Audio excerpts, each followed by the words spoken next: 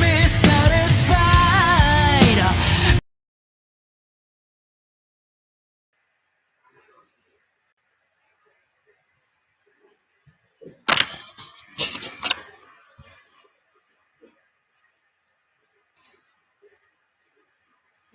Good evening, Gerald.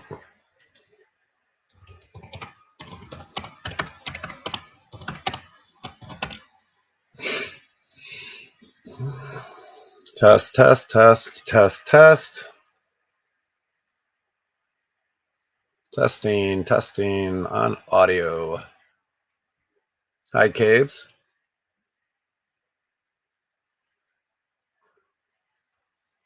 5 by 5. I still don't know what that means. Hi, Deborah.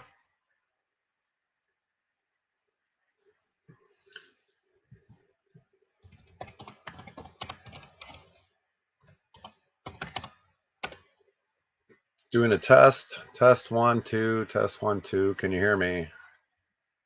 Hello, hello, hello.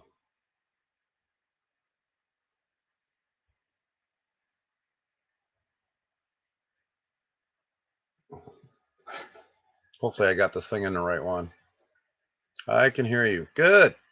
Perfect. Perfect. Waiting for a couple more people to get in here. I can hear you. Copy that. Copy Red Cactus. Copy Caves. Copy Gerald.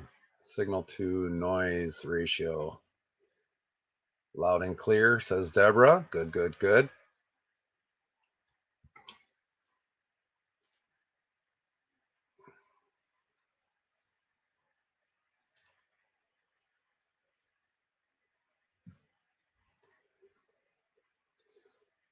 Hey, Drip. How you doing tonight? Been a long time since we last spoke. Hopefully you're doing well. Hector will be here soon. Only if I give a link. We're going to wait on links beforehand. Oh, there he is. Speak of the devil.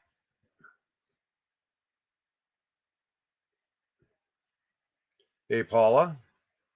All good here and here. Copy that. No panel. We will have a panel discussion as soon as we get done discussing what we do, and then we'll add people into the chat.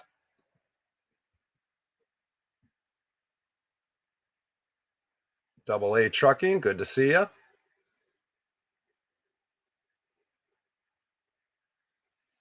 So we're waiting for a few more people to get in here. We got about 7 in the chat right now. Hopefully we get a bunch more. So this is the first time actually doing this on this screen with 2 screens. So this is kind of new to me, but for the most part, we're going to do our best, and hopefully it'll be a fair success. So I know exactly what to do the next time. Heading to Phoenix. Congratulations, Double A. Nice Western Territory. Carrie, good to see you. We're slowly getting up there. We got 9 people in the chat.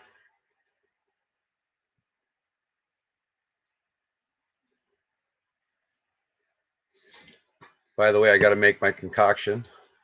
See, here's my 24 ounce of Pepsi. And of course, this is the remaining here is what all ends up being my favorite coffee. We need a panel. We'll get one there shortly enough. Hello, Andy. Good to see you. Gotta make sure I don't crack this open. I actually don't even hear myself in through the thing, which is kind of ironic, but for the most part, we're doing good.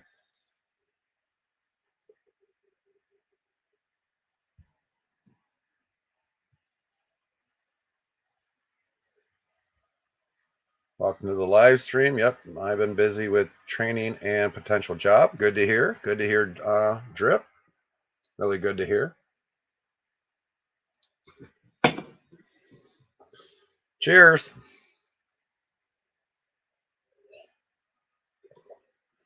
Sure, Casey. What's the question?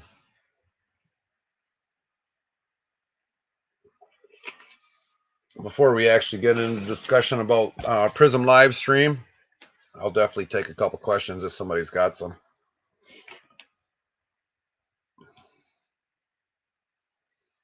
Now it's also, you got to realize this too, Casey. It's going to be by state, so that's the other thing you got to look at.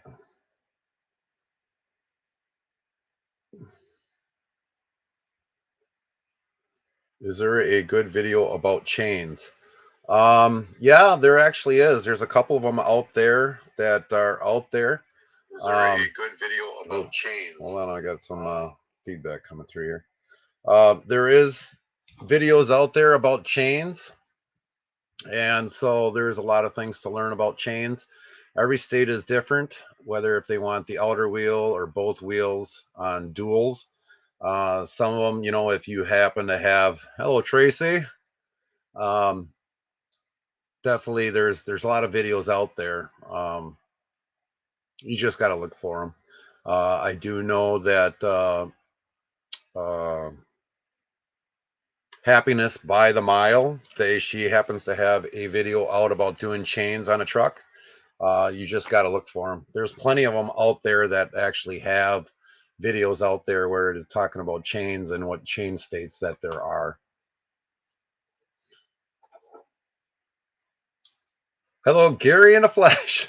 Yeah, here I am. You guys don't see me much during live streams, so that is definitely the case. Well, we got about 17 currently in the chat right now. We've got a lot of to talk about Prism live stream that will actually be on your mobile device. We're not doing the computer. We are only doing the mobile device. I don't know enough about the computer setup and how that goes. Chaplin would be a better person for that. Oh, who's this guy calling we the people? Hector, you're such a character all the time. Double A Trucking did that help? Yeah. So mostly in your western states, they got various different laws. There is information out there about doing chains. Hey Fry, how you doing, brother? There are many informations. You just have to look. Believe it or not, actually, in some of the Atlas books, I don't think I have one in here. It'll tell you some of the states that are chain law states. Definitely, Hector chair sucks. Yes, I did. Thank you, Gary and Casey. But you basically got to look. There is some things on the web about it for what states require what tires to be chained.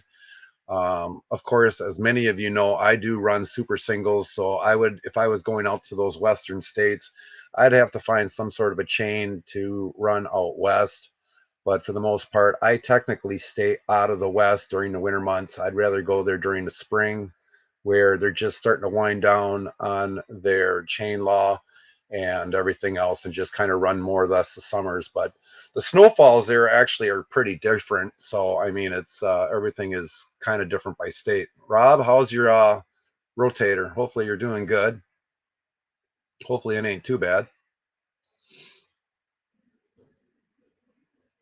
Number 12, copy that, copy that. So, all right, we got about 21 in the chat currently right now, so we're going to start getting to this. To many of you, I'm going to start this out with the introduction to Prism live stream or Prism Live Studio. Much better, thanks. Not 100%. Well, hopefully you get a little better. Little Wing 6 was 9. Good to see you from Manchester, England. Nice, nice. So we're definitely, when everyone pushes that like button, it definitely helps get people around the world. Even like Little Wing 6 was 9. They could be able to come in here, and also many others. So tonight we are going to start with, we're going to basically, I'm going to give you the introduction to Prism Live Studio. And this is through a lot of the experiences that I've had. Many of you, when I get the link posted up here, we'll definitely get a lot more discussion in here from other people and definitely go into it more. With the Prism Live Studio, there's just phenomenal amount of things that you can do with Prism Live Studio. And many of you do know them, and many of them don't know the things that you can do to the maximum of Prism Live Studio on your mobile device. I mean, I'll probably pull it up on mine and then actually do a few things here, but I took enough screenshots of everything that I've done with Prism Live Studio and things that I found out over the time, a little over under a year. So we're going to get to it right now. So we're going to blow up this screen here. And so when you first download it, usually you can get Prism Live Studio either in your Apple Store or your Google Play Store. And basically, once you get it downloaded, you got to set some things up. Now I'm going to go through this kind of quickly, but here's the first thing. Once you get this right here, which I'll blow this up a little bit more, this will be where you're connected to. That will usually ask you first to log in because you got to have something to log in. This chat room is getting too small because your chair squeaks, Hector. So anyways, this is what you will start out with. You will kind of basically log in with an email address and basically go and start getting things set up. Of course, you'll see my nice little lovely living room with my big foot there and also the child stuff there. But even down here, basically down on the bottom here, you will see a connect, a live, a video, and a photo.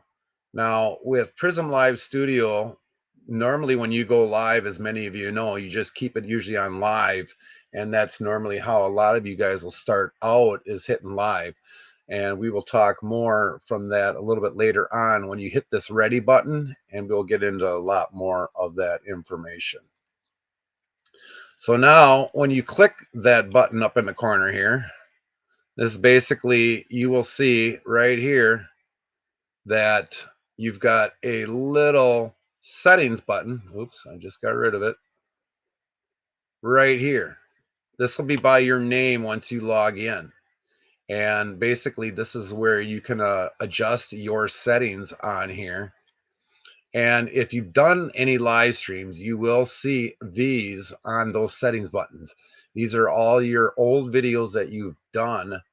And eventually down in here, right here, where you see these three little dots, if you tap those three little dots, it'll tell you how your live stream went accordingly to that day. So like, let's say if you've got 100 likes on there, it'll tell you the likes. It should tell you the likes and the views.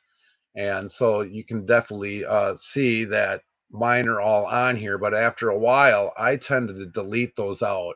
And then you'll have past videos that you'll have down here, which this one here, which is 51 seconds long, was the intro that a lot of you guys probably seen. And then I also had another video that was 47 minutes long. So that stays in those settings in there. And if a lot of you want, you can check if you're on a laptop computer or if you're on a desktop computer and want to open up your Prism live stream in there on your phone, you can do this. This is one reason why I am kind of doing it this way. So getting onto there, we'll go to the next one here. Once you get into, tap into that, this is the settings part of that. Of course, this will be the account which you guys are logged in under your Google or whatever else you may. And then you have your live stream destinations, which we will get into that very shortly here. And then stream download quality, your video resolutions, another connect device resolution, and then your bit rate. Because of the fact is, I have talked with Fry TV Now, who is also in our chat. He kind of helped me to keep these numbers low. The reason why you want to keep these numbers low is because your phone has to push out a lot of data. If, like, let's say you're running 1080p. So I tend to keep all these settings very low on here. So every time when you guys see me go live, I'm only running 720p. And that's it. I'm not running any higher than that. And even on the resolution here, I'm only running 720p as well. The kilobyte or the bit rate here, I always set that low as well because it does help out. It just kind of maintains the phone to keep more coolness. If you have these settings set up to 1080p, then you're going to make your phone work a lot harder. And then all of a sudden you're going to have problems with it in the long run. And you will lose streams if it's too high and everything else. So that is one reason why we usually keep our settings very low, and normally why my streams will buffer, but a lot of that is because of cell signal and everything else. But for the most part, we've usually kept a pretty well live stream going other than just having the buffers. So the other thing is too, here in these settings, when you scroll up a little bit more, you can set these settings accordingly just as well.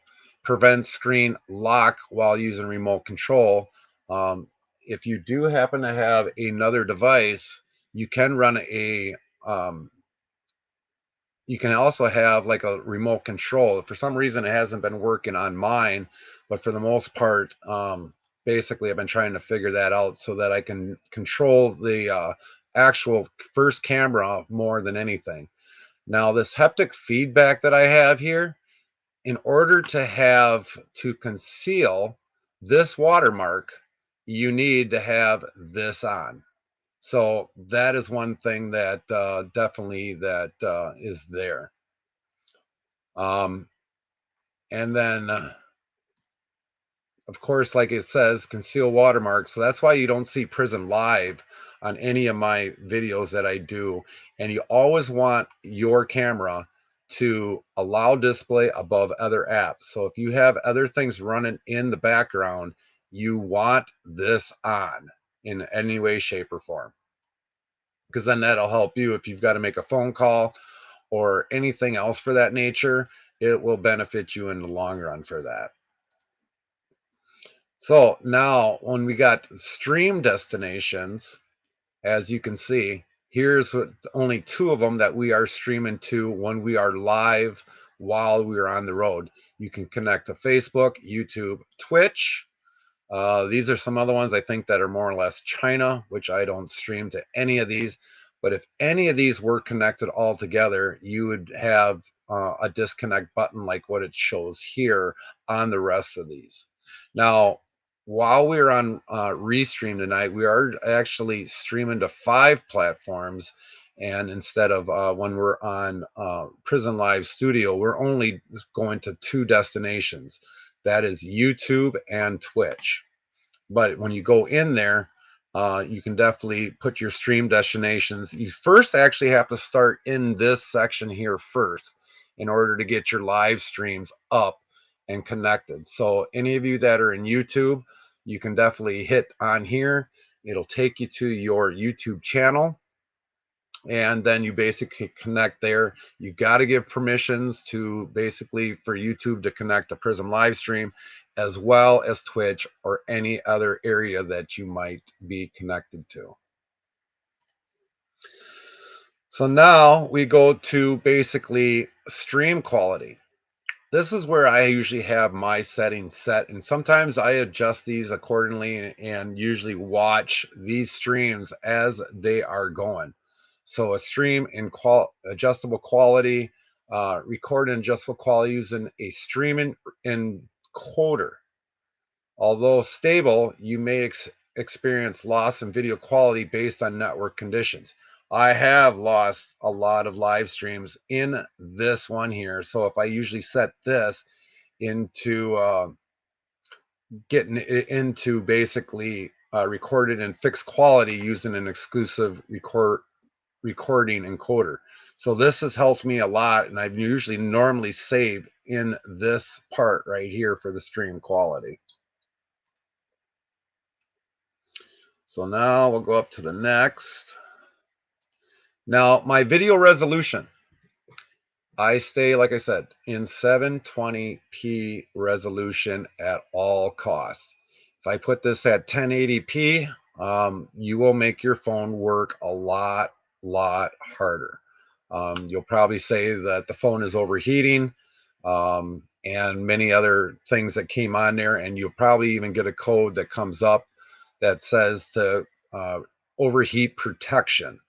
Running in 720p, I do not have any of these problems with overheating unless the phone is actually in the sun. And then if it gets too hot, my stream will just end without a prior notice. So also now we're getting into the kilobops here. You have various settings where you can set this up to 6,000 kilobops. But because of how I was told, running it into lower kilobops is a lot better than anything because it only limits that amount. But when I do live stream, it will go up to 4,500 in any way, shape, or form. So these are very key on a lot of these settings where how I got them to make your live stream actually to be more steadily. And like I said, I do owe Fry a good majority of the credit for this. I'm just kind of hoping a lot of you that want to stream with Prism Live Stream Studio, you can definitely do it and get a fairly good quality. Now, like I said, depending upon where you're at, it might be harder for connection with your data plan or whatever else it may be, that all of a sudden you might have a dead spot. I know plenty of you do. I know Italian Princess that when she's walking around through her parking lot, she gets a lot of dead zones, and that happens. So keeping these settings usually pretty well low usually help out in the long run. So now we're going on to, once you get out of the settings, if you swipe this left, is how I put it, then you will see you will come to a screen like this. This is all where your media, playlist, text, widgets, and screencasts can be. And once we get a little bit further into that, down here in this little box down here, this will fill up with everything that you have. So a lot of you that definitely see where I'm napping or unloading and all that other stuff, that is at a quick access all down in here when I swipe this thing to the left. Copy that, GT Racer. So first, we're going to start out with the media box, or the icon that's up on the top. And then basically you will get a little box down below. If you stream from your home, Wi-Fi can take up to 3,000 kilobytes. Correct. Fry would know more about the home on the computer. So yeah, that is definitely something here. That part I don't get into with I've never used the Prism actually on a computer. But like right here with the media, then you'll see a video and photo. You can upload that, or music. Normally, when I do that, I usually go to playlist. All the songs that you hear playing in the background, I add the playlist right here, and we will get into that probably really next here. So then when you hit the playlist, you will have the same thing. So like my intro, believe it or not, is under the first tab, and it's saved actually onto the Prism Live Studio, so that when I get ready to go live, which I will show you that more, then you will see that. Now under this media tab, you can definitely video playlists. You could put a lot of multi video playlists, or you can just basically do a music playlist, in which what I do. Nope, we got that one already. So now, once you get up to, oh, I forgot the text widget, or text.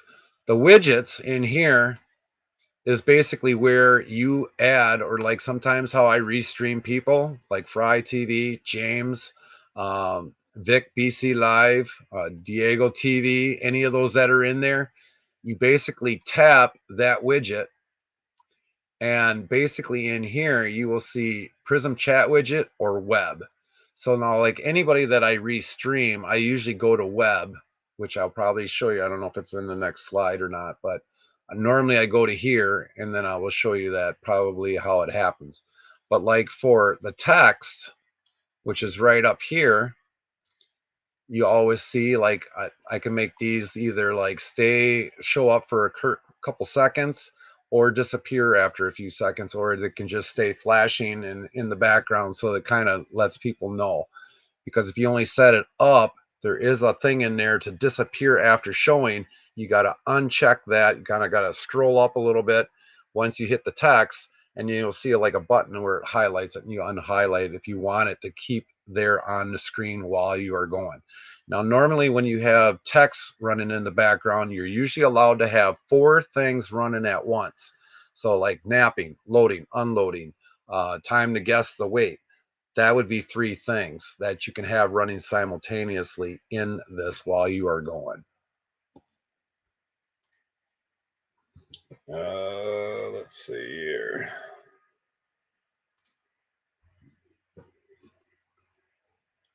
So the other thing is screencast. As you can see here, I could have tried doing this actually on my phone and shared my screen. So usually once that goes, which I tried to do it today, but you got this on the bottom. Screencast is only available during broadcast. So I can switch that apparently while I am live and be able to show the screen of everything that's happening. So that's what screencast is for. At first, I thought screencast was basically used to, to switch it to another TV that you can watch your live feed on. But no, this is actually to share your screen, kind of like what I'm doing now with Restream here, showing you all of this while it is going.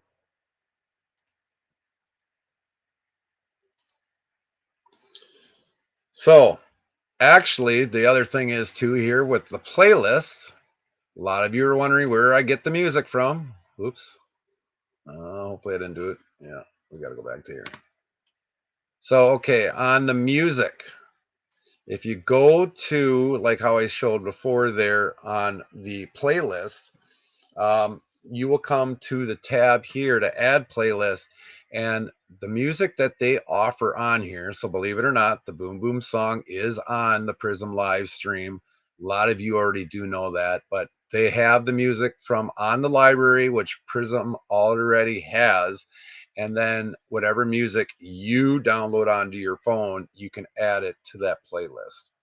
So that's definitely something on there. But a lot of you do have the Boom Boom song on there when you are in the Prism live stream.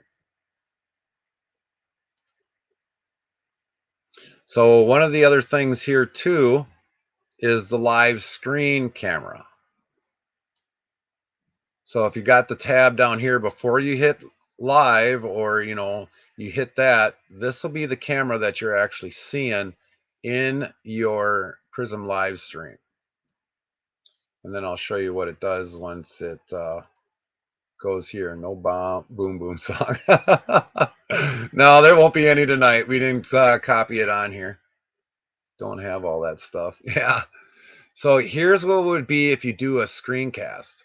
Now, once you go onto the bottom here and you tap that, that'll be what you'll see is a black screen. And then as soon as you get ready to go live, then it'll basically show the screen in the background, and then you can switch it.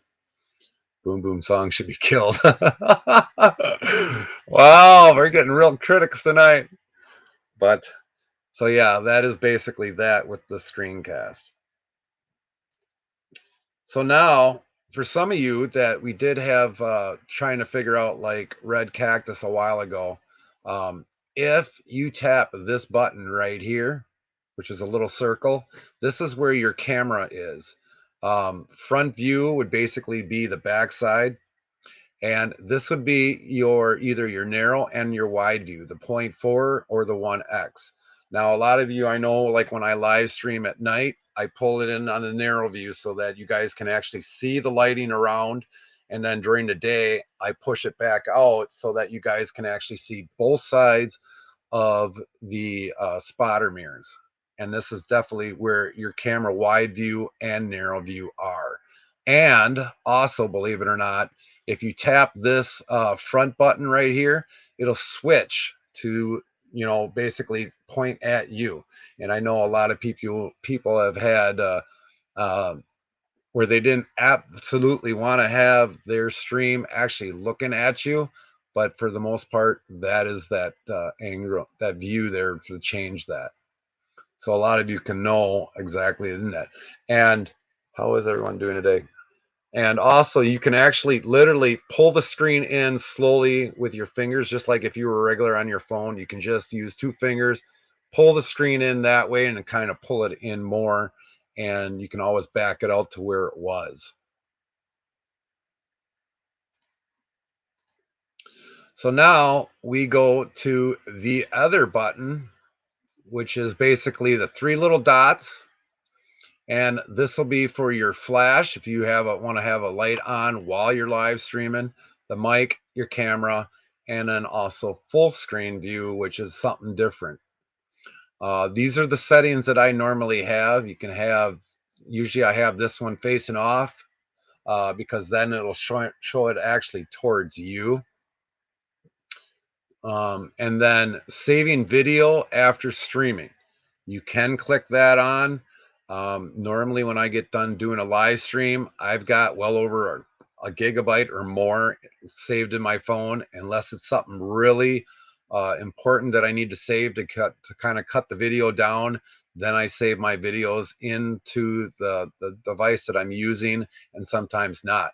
The other thing is using a live indicator status. This kind of helps to know exactly where you are going up in signal. It definitely helps you to know where the bad areas are, where to stay out of bad areas. So it's definitely something I use a very lot on both of my devices, whether if it's my phone or anything else. So for that most part there, that is what I pretty much use. You always want to keep this in autofocus mode unless you think you can probably do it yourself. You can do it, but I normally keep it in autofocus.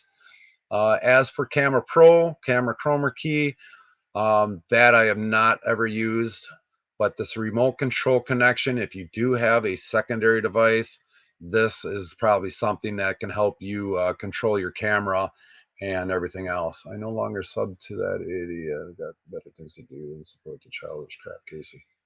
I don't know what the one's going on there, Gerald.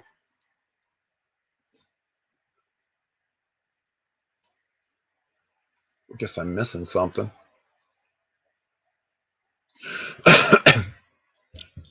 So, okay, there's that. Oh, I lost my screen, kind of.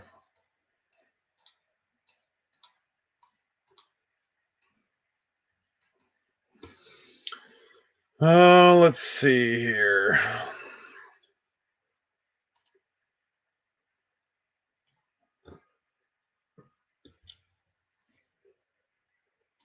So now we're going to get into where I was saying your stream strength. By having that one setting on here, it'll tell you your FPSs, your kilobops, if your mic is live, and your battery. This is one thing that I also keep on very well. Yeah, probably a good idea. Gerald, you could probably just email us that information. It'd probably be great.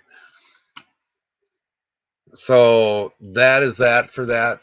This is what I use a lot because all of a sudden when I know that I'm coming into a buffer zone, this will tell you that under the kilobops and also your frames per second. I normally have this where it's at 24 frames per second. I don't go anything higher than that. After that, it definitely does make your live stream somewhat kind of kittywampus. And I notice a lot of people have brought it up to me that the live stream is looking funny or something. It's because normally the area that we are in, so that can be like that. What is the best setting for nighttime driving for live streams? Believe it or not, sometimes your live streams at night should be better because there's nobody out actually on the road. So it's usually better off to drive at night. But I've even, believe it or not, had problems in some areas that where I shouldn't. Now that I'm running 5G now on my new live streaming device, we're actually 4G. I never had a problem in certain areas, but it seems like as telephone or cellular carriers, it just varies. You can you can you Are you on OBS now to live stream this? I'm actually on Restream right now, Fry. Fry, you'll have to discuss to Gerald what OBS is, because I know that a lot of people use OBS. I have not gotten into using OBS yet. Just trying to figure out a lot of this stuff now is always kind of a hard thing for me to kind of figure out. But for the most part, eventually, will I want to get into OBS? Probably. Are you using an unlimited phone plan? Yes, I am using an unlimited phone plan. Open broadcaster software, Gerald. Yeah. If anybody would know about OBS, it is definitely Fry. Fry, I mean, is a brilliant mind. He may not say he is, but he is. He's a brilliant mind when it comes to live streaming. And definitely, I got to thank him for everything, for helping me.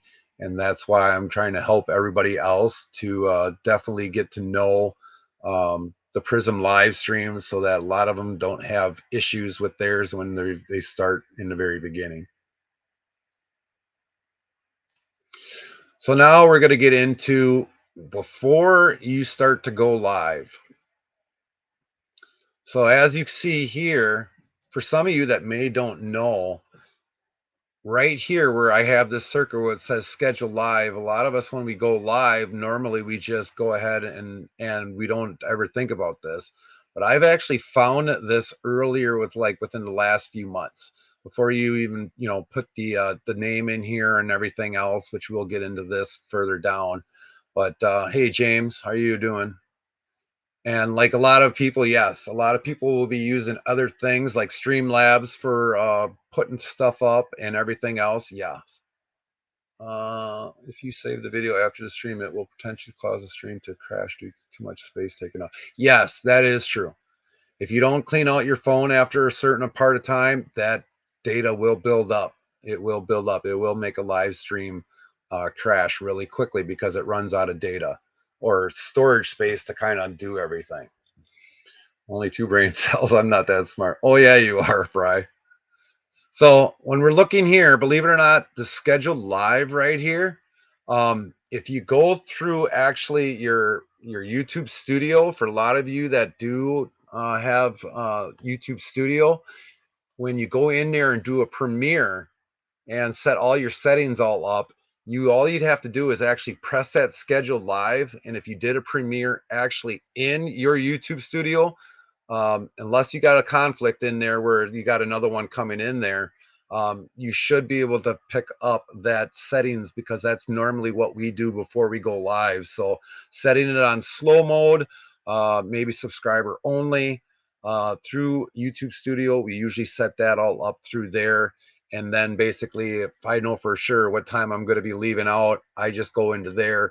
All the settings that I have in there are already set.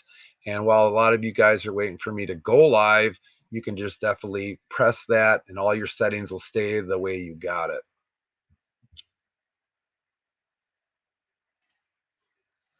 So on to the next screen.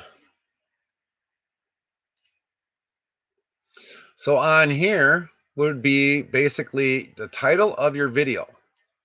You definitely put that all in here. And I don't remember how many characters it is that you're allowed, but you can usually get a lot in there. But for a lot of you that don't know, are getting into it, this will give you definitely a helpful thing of getting into the Prism Live Studio and kind of function around. Is that the settings that does the upcoming thing? Yes, that's schedule live. Yes. Basically, I got to set it up through YouTube Studio, and then it'll transfer over into Prism once you go in there. And I think I should have a photo of it in here. Let's go into the next slide. So the photo that you're going to use, whether if you take a camera shot of something, and then all of a sudden you hit this little box, picture box right here, 100 characters for title. Copy that, Rob. Copy that. So right here is where you put your photo. And definitely there's also, if you tap there, there will also, if any of you made an intro, like I know Vic BC Live has, and maybe a few others, even like mine, you can tap that photo again and then do your intro as long as you have it saved. And I believe it or not, I have made my intro with Prism Live Studio. It's kind of conflicting. I didn't really go into that much detail, but you can do it.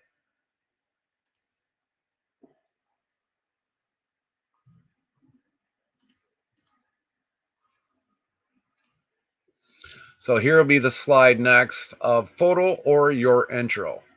When, like I said, when you tap that little box right here, and then all of a sudden, basically, it will have your YouTube thumbnail that you want to have up there. It could be that photo, and then your intro.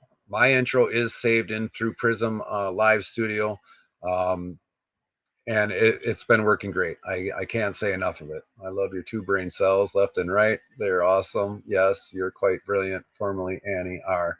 Copy that, Annie. Copy that. And I agree with you. Yep, Fry's got a great two brain cells, even if they are two. So now comes to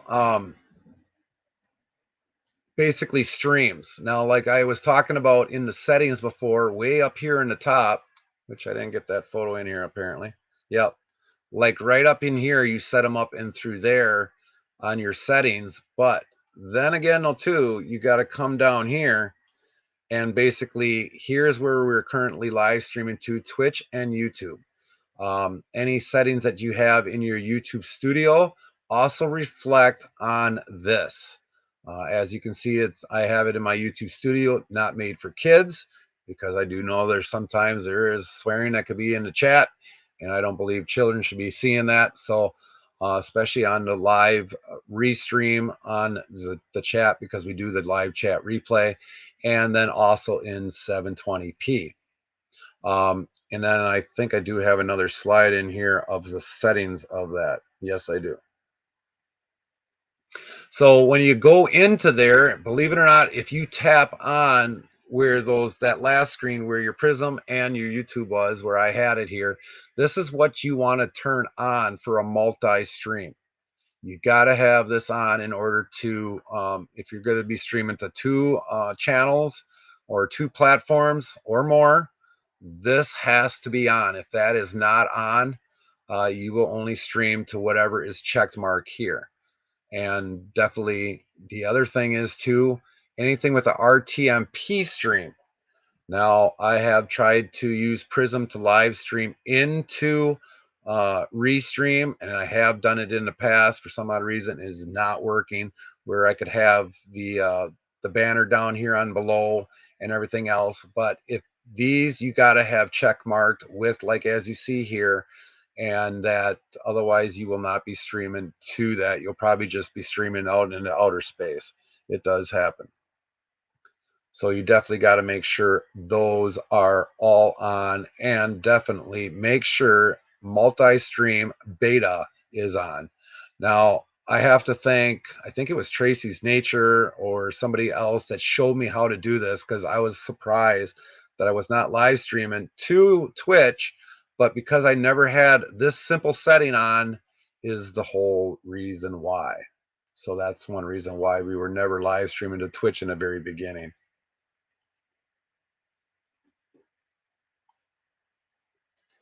So now we're going to get into some of the overlays that Prism has to offer. And I know a lot of you have seen my Christmas, many other overlays that I have playing in the background.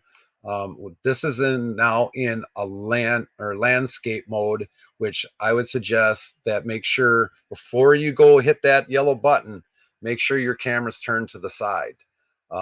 Because this will go automatically into live streaming. You might, or landscape mode, and you might have to wait a couple minutes before that actually takes effect.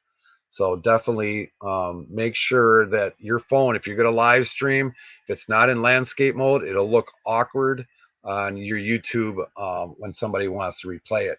If you put it in portrait, which is upright, kind of like this, if you put it up in an upright view like that, then you're going to have like a narrow screen and black space along here. So we always definitely make sure we have our phone in the landscape mode. But definitely there's tons of overlays in here. A lot of you have seen when I had the baby rocker, um, the bagpipes, Margill's horns, many of other things that we've had um, into the live streams to kind of make everything a more fun and kind of enjoying. So now we'll get into the Prism offers a lot of overlays. As you can see, you can press and hold, and these will star out. Now, where this star is right here, these would be all the favorites. These are all the ones that I use constantly. And so we'll keep these always starred for everything that we do. Thank you for watching. To subscribe, thank you very much. Um, the happy birthday, when somebody has a happy birthday, the awesome, when we get up to a certain amount of likes, the like button, it shoots up in the air, regular likes, cheers. There's plenty of things in there. More of these overlays, believe it or not, down here. These are the ones right here in this first, past this one red thing here, that is basically like if somebody comes in front of your camera, it will make a face. It's kind of like Snapchat, where it'll do faces. This one I don't really use very much right here. This one right here, I don't really use that one. This one here with the heart, that's kind of like the same things with Snapchat. And a lot of the other overlays that I have are right here.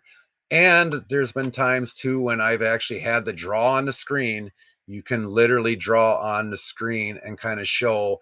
And I have in some of my very past videos have shown, a scenario why the guy, backing up where he should have been and all that other stuff. So, like I said, Prism live stream has a lot of stuff, and definitely you can definitely do a lot of pre-made stuff on here too and get it into your stream. So that is why I like to use Prism a lot, because there is tons of things to offer. Tons of things to offer. So now we get into now where we said about the live up above there, just before your title. This is what that screen will look like. If you hit that live, scheduled live, it'll say new broadcast. And if you got your thing set up through YouTube Studio for a premiere, basically you go into here, that'll light up into here, and then you can just tap that, hit select, and then that'll change everything over to the title that you had and everything else that is set up. And then all you got to do is basically hit that yellow button. Now, filters. There are definitely filters that Prism Livestream does offer. There's only 3 settings, but in that little round box up there with the smiley face, they do offer filters that are in there. And definitely it's something that you can definitely do there as well. And they only got 3 of them, and I will show you that one right now. And these are the 3 filters that they offer. Either you can have it off, cute, natural, or sharp. Normally, most times, if somebody says my live stream is looking kind of awkward, I'll try to change these 3 filters. Usually I go to the sharp. It will definitely use a little bit more phone. Can you tell them that when they are streaming out to 1,000 kilobytes, it's really 2,000? Yes, that is true, Fry. Um, when I'm live streaming and I got mine down set to 1,000 kbs's, I'm actually streaming really to 2,000. I'm just kind of narrowing the phone from working too hard, and so that could make your stream buffer more. Yeah, especially the more platforms that you definitely stream out to. Yes, it could make your phone definitely buffer. Indeed. Thanks, Fry, for that. Like I said, everything that I've learned has been from Fry, and I thank Fry for everything that he does.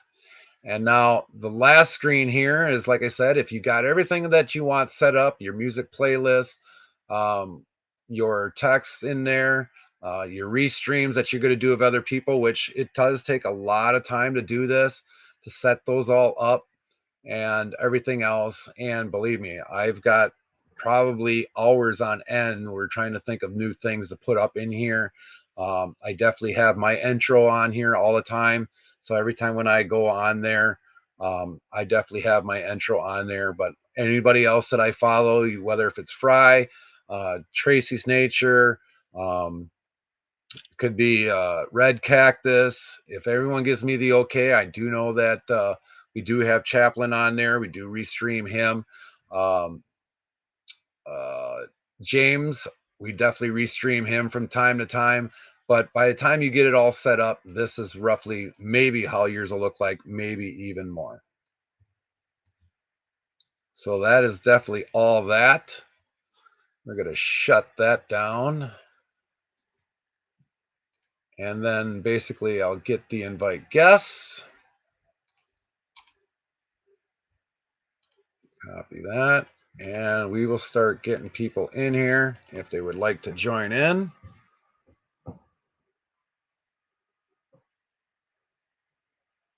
We'll pin that up into the top. Ugh, didn't want to. Come on.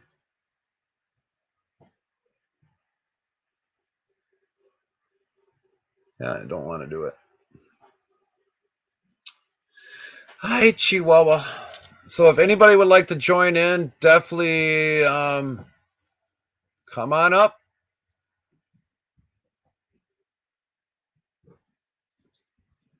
While I'm sitting here and take a sip of my coffee.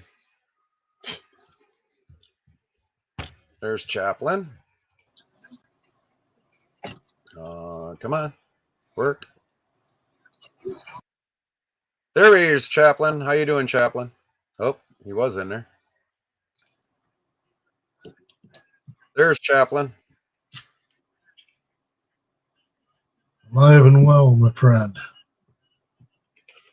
Good, good. I tried Prism Live on my phone, but it kept shutting down when I was streaming. It would stream about 2 to 3 minutes, then it would quit. It could happen that way. Definitely, I would definitely say try to change your settings in there. I'm hoping Fry comes up here. Why can't I get there, Zero? For some odd reason, he's not coming in. All right. I'm here. All right. Oh, by the way, I can have my channels, so this is the way we're going to have to do it next time for game panels. Oh, okay. No problem. Looks like we're going to get a couple people in here. Jason's Adventures. Welcome, welcome, Jason. Hey. What's going on? Nothing much. How are things going with you tonight? Going good. That's good. Yeah.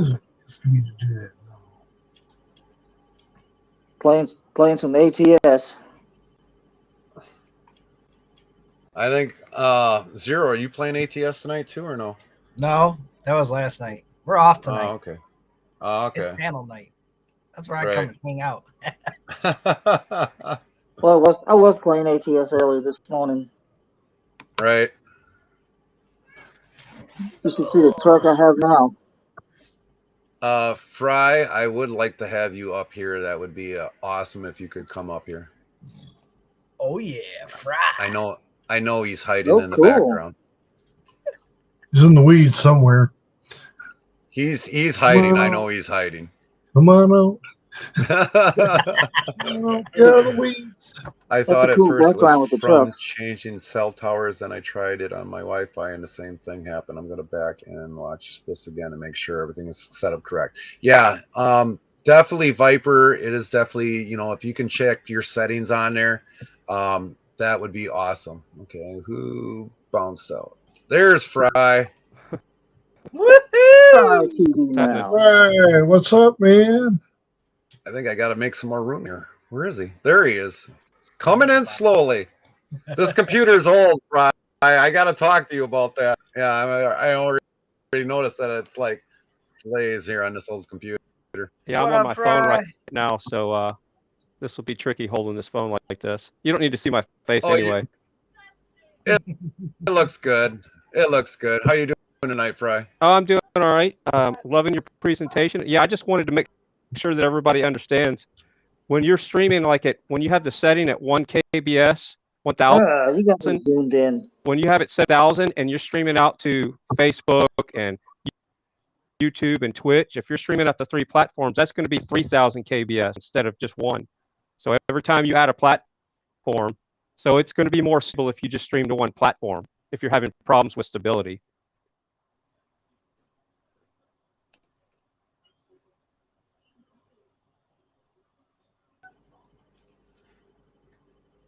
Gotcha.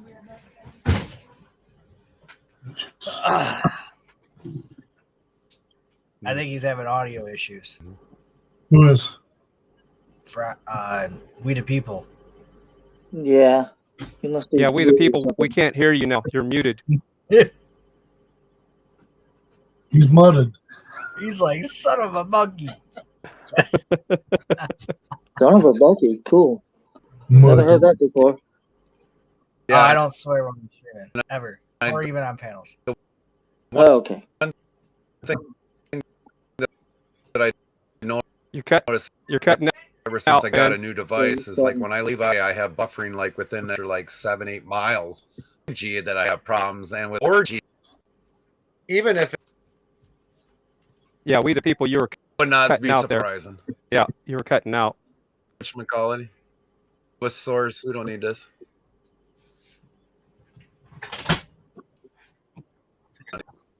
But the wife, actually. Yeah, and we're also running on 2 screens too as well, so that's Just definitely me? takes some resources. I didn't have time to put on my makeup. So Nah. I just Either jumped did on and I. said something. Either did I, Fry, so don't feel bad. That's okay. I just throw a head of sunglasses. My wife didn't shave me either, so I'm about as grainy as you can get. Yeah, software. Yeah, it's. I'm hoping to make this through. Let me know if you just can't hear me. Otherwise, I'll just shut up.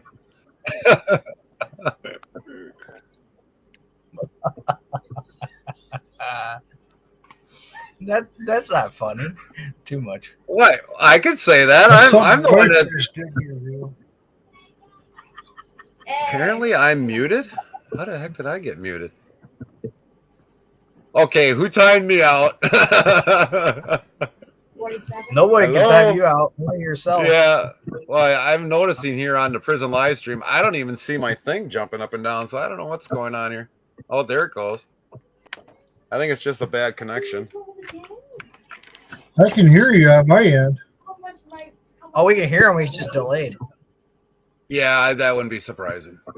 But Fry, if you can take the floor and kind of help me out here a little bit, and kind of, you know, for the everything that you've taught me, kind of help everybody to kind of understand a little bit more, and hopefully I don't crash. Crash your bird. You're in sync now, buddy. You're fine. Right. You're putting me on the spot. I'm in the kitchen right now, getting more water. Well, that's fine. So You are you're the genius Oh, he when it fell comes on to the this. floor. Well, you're actually using Prism you're using most of the widgets, which is really cool. Most people don't. Most people just go live. Right. So if you're not used to, if you're new to Prism, you're like, okay, this is over the top. So yeah, if this is new to you, you're probably like, okay, this is way too much. But it's pretty simple. If you just want to use Prism just to go live, it's going to ask you to put a title in. Of course, first you have to marry it to your channel. So if you're new to this, download Prism, and then it's going to ask you to connect your account, connect your YouTube account, and then once you connect the account, you can go private to do a test stream. And then, like he was saying, 720p is the best setting to use to start off with. If you have a really fast phone and you're in a cold environment, you can stream out at 1080p, and as long as you lower the kilobit rate enough, you're not going to buffer. But it does really work your phone harder if you're doing 1080p for sure. So if you're going to do a long stream and you don't need that extra little quality, 720p is perfect. And as many of you have seen that have watched my live streams actually on TV, the quality is fairly good on the TV. I mean, I do know that once in a while that when I run into a bad spot that I definitely have problems when it comes to buffering, but for the most part, it's fairly accurate.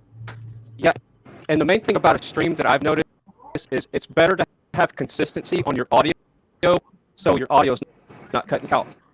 Because what will happen is somebody will ask you a question in the chat room, and then you'll answer when you're buffering, and then people don't hear you. So it's better to lower that kill rate down to 1,000 to start with, so you can have a consistent stream, because your chat is your stream most of the time. So if you're cutting out on your audio, it's just so frustrating for everybody. Anthony, how have you been using? How has been a Prism live stream working for you?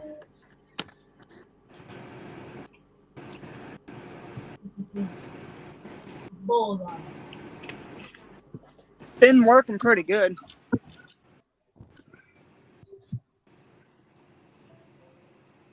Has any of those settings that I've actually kind of helped mention tonight, have that helped out, or get a chance to, when you probably do your next live stream, maybe test those settings out and see how much better it'll be for you? Actually, when you told me about the settings that day, and I've not had any problem like crashes or anything. It's been consistent, so that's pretty. That's the nice part about those settings. Right. I might have to try a trick here. I don't know, Fry. Is it possible to open up another device and then switch the laptop? If you're using Restream, yeah, the stream will stay up. You can just come into Restream from a different device. All right, hold on a minute. Maybe then I won't have as much buffering. Same with on this StreamYard. side. Same thing with StreamYard. Once you start your stream from right. StreamYard, you can jump out, and the stream's still going to stay live. All right, yeah, because I'm actually hearing buffering on my side, but I know it's this computer. But hold on, everybody. Talks amongst yourselves. We can start karaoke night. I'm holding on, baby. He's like, I gotta switch computers. Nice.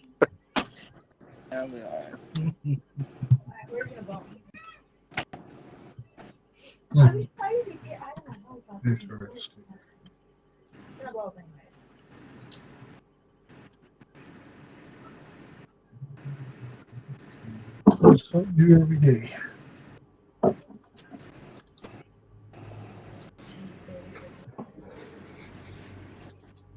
Well, at least we figured out the restream issue we had the last time we did a gaming panel, where I couldn't get my channels to go live. Well, now I know the solution. I just gotta come in as a guest, and then I can just add them.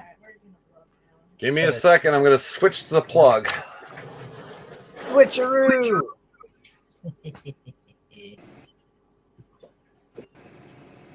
All right, I actually hear you better. Oh So yeah. plug it this way. You unplug it here and plug it in there.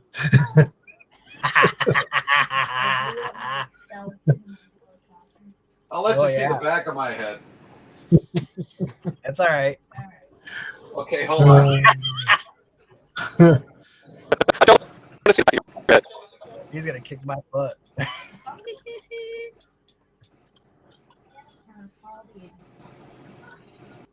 I got this. We poofied.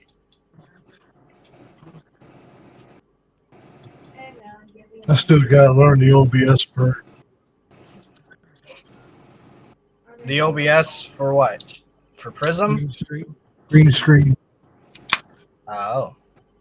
I have not gotten to that yet. I've put it off. Are you talking about for when we're on Restream? No, when I'm on here live, Yeah. I really don't know if I even need it. No. In my opinion, I don't think I do. it fits your streams pretty well, the background. Yeah, if it works for you, I wouldn't use a green screen. I like your background. I second that. I tell people to use what works for you. The only reason why I use OBS is because when I was doing restreaming, I'd have 11, 13 people up at the same time, and OBS is the best at that. Yeah, it's more cumbersome and it's more hands-on and clunky, but once you get to know it, it's a powerful tool. You can do anything with OBS. My wife wants me to dress this background up better, and I says, well, if I do the green screen, I'm going to have to learn how to do OBS. If I don't, then I'm going to have to hang pictures. Yeah, I would suggest not using OBS because it would get in the way of your flow. You know, to have to focus on all that. I agree with that, Frank. So I tried to tell her. Try talking to the wife. Well, you could She also said, do this. Whatever you want to do it. I said, okay, fine, I will. That's the end of that. You could always have a little I picture find up. OBS to be way too complicated. Yeah, it is. At first, it's very intimidating. It's like walking up to a broadcast console with 20 faders on it at first. But once you realize that if you just take out those 20 faders and there's only one to work with, and you learn that one fader, you just multiply that times 20 now. It's not that difficult. No. And OBS is the same way. It works in layers like Photoshop. So if you ever work with Photoshop, it basically works on the layers effects. So once you got this device, you can have this one over that one. Yeah, well, what do you need, honey? So Cactus says karaoke, let's hear it.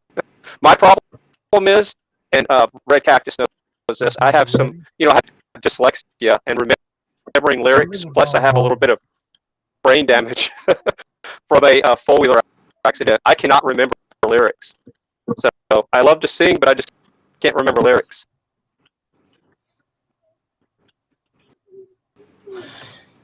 Well, my wife's the singer in the family, so she tells me she has to constantly rehearse these songs to know them. Well, now she's walking around. She's a songbook. She knows about every lyric I can't remember. Yeah, I'm just amazed by people that can sing and remember all those songs, like a whole set of songs. It just amazes me. It's like magic to me. You know, see my brother-in-law's setup. He's got music in one control box over here. He's got a laptop over here. He'll just click on the one he wants to go to and it plays the music for him. He just basically sings to it. It's really an elaborate setup. But it works for him. All right, we the people, are you still having some difficulties technically? He's still muted. Yep. They're working on it. The engineers are hard at work trying to get the problem all solved. You like my pink headphones? Did you guys ever play anything with that? Oh, I'm just talking through my laptop. My headset's for my guys on the Xbox. So I'm multitasking over here. Yeah, I got the football game just got over with now. Watching the football game here, got my phone over here. Closed my other laptop down. So I've just got two devices working right now.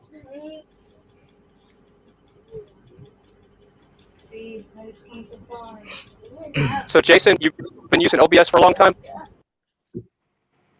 I just started like last week using OBS.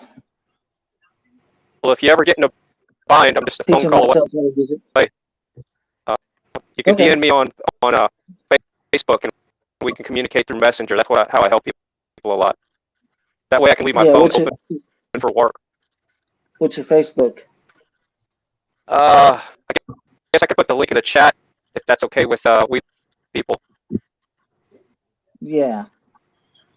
No, he'll I'll be have to make cool sure. with it. I'm sure. I'll have to make sure it's okay with him once his audio works.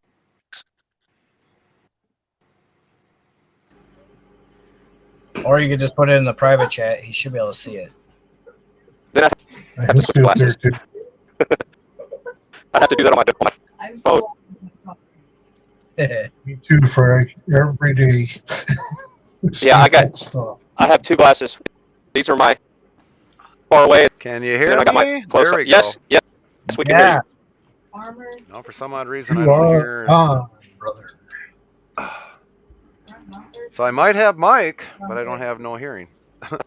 Yeah, I'm just teaching myself OBS, learn all the what to do with it, Change the other one. how to Yeah, do I intro won't go screens and near all that. OBS. It's just way. No.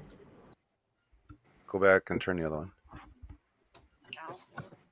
Somebody talk. Actually, I'm talking I'm using now. Streamlabs now. Yeah. We'll talk all over Very each other. little later. On here. Streamlabs so I can see the chat on the screen, on the game screen. Hector says he's backstage. He's got his WD-40. He's got his chair all done Whoa. too. All right, now we're back. Now we got everything set up. All right, yeah. awesome. Man, talk about electronics can be a pain in the butt. Fry, I don't know how you deal with it on a daily basis. It's my job. I'd be homeless if I didn't put up with it. Right. Yeah, me too. Let's see. I thought somebody else popped in here. Hold on a minute. Hector said he's backstage. Yeah, I got him. We got him in here. Hey guys, Hector, Mr. Yes. WD-40 man himself. how are you? Haven't seen you. Well, you know, Hector, we always think of you. One way or another. Squeaky chair. Here we go. 40 with a WD-40, best tool I have. Great stuff. Love it. I can fix things around the house I wouldn't even try before. It really works. Listen, I use it on the car, the boat, the camper. I wouldn't start without it. What's it for? What do you have that sticks or squeaks? Sticks or squeaks? What do you have that sticks or squeaks? WD-40. Pick up a can at your favorite store. Try it. WD-40. Beautiful. I'm doing the donut. Oh, dude. See, Hector, that's what happens when you stay a long ways away from home. Don't feel bad, Hector. I have a guy on the team that has a squeaky chair too, and I bust him just like we had the joke with you. He's a multitasker. Not only does he use WD-40, but he's also bug deflector. Any one of those. And this is a little size. Yeah. They call Read them. coming all So- shapes and sizes. So here's Oh a my lighter. Here's a lighter, and here's a comparison to the. So it's a real dinky one. It's definitely a small one. And believe it or not, I've actually had to use this just recently to kind of get a starter loosened up in on the garden Oh. tractor. So it definitely does help. It does. Oh, okay. And it'll even help your squeaky chair. Or anything else that needs lubrication. That's true. So does anybody have any other You get that one? questions about the Prism live stream? That I know, Chaplain, you deal with the computer version of it, which I don't really get into it. I would like to learn that, but for the most part, I guess I'm glad I don't right now, because there's a lot of things that go on right now. I got a question. It's a Yep. constant learning process, believe me. What's the best headphones to use, to buy? Well, other than the ones that I got in my head So I right have now. one question. Yeah, go ahead. Logitech. Audio-Tech, Positech, Bose is a When I good have a brand. phone call come It's expensive. through, how do I keep the live stream interrupting the stream itself? I think you're just gonna have to take your phone call, Anthony. We'll be here. Don't worry about it.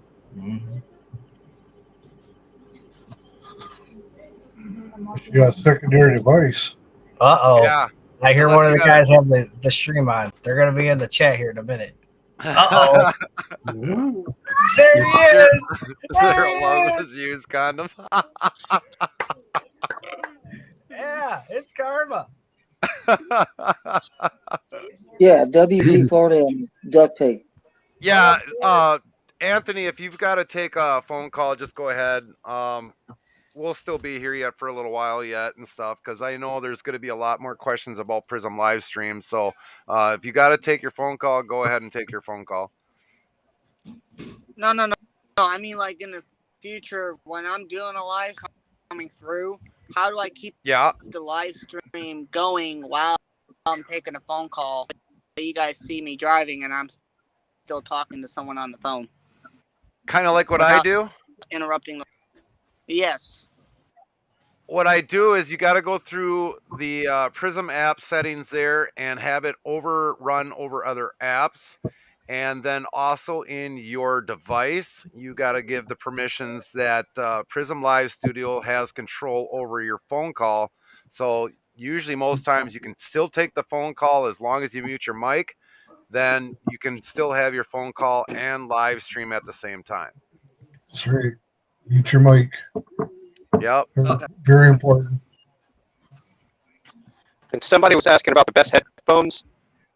I'm going to tell you Yeah. the best, the ones that are comfortable to you. So, because you're going to be wearing them for a long time, especially if you're streaming for 10 hours a day or whatever, they really start eating into your ears. So I prefer over-the-ear headphones instead of on-the-ear headphones. So they're bigger, like this, and it also blocks out some of the room noise. But these right here were Walmart specials. You know, they're like $30, but I got them for 17 because they were pink, and so they were half price because nobody wanted to buy pink headphones. But that's the only ones they had, so I grabbed them, and you know, when my other ones went out, this was 7 months ago. So they're all going to pretty much sound the same.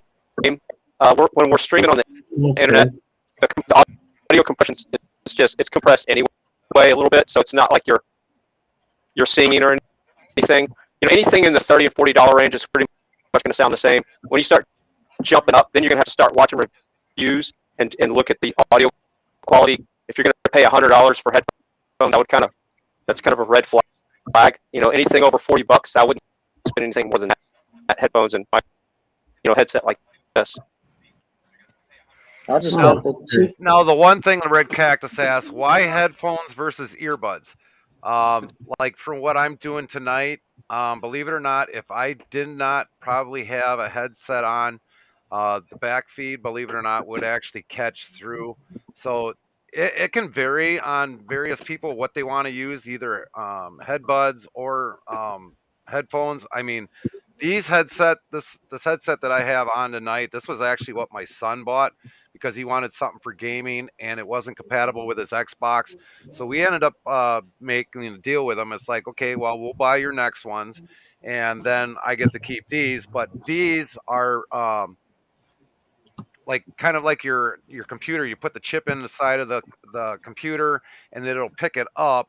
But then I also have it where I can just connect the cord into it, and on the other computer I can just run this cord in there and then it'll run through normally. But obviously when we switch between two devices, between this laptop and the other one, it's definitely, it doesn't like something or something of the other, so then we got to switch things here. So for the most part, these work great for down here in the basement, and basically we don't have to worry about people kind of always intervening, and I can just tap the mic and then cancel out any sound that comes in. But obviously it took me a while to get the sound back in here, even though I was sitting there like talking and stuff. So it just varies on various ones that you want to use, but you just got to find that perfect fit for you.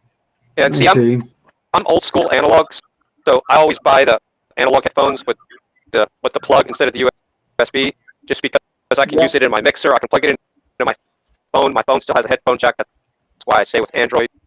So I prefer cables because I don't have to worry about batteries and messing with, that nonsense.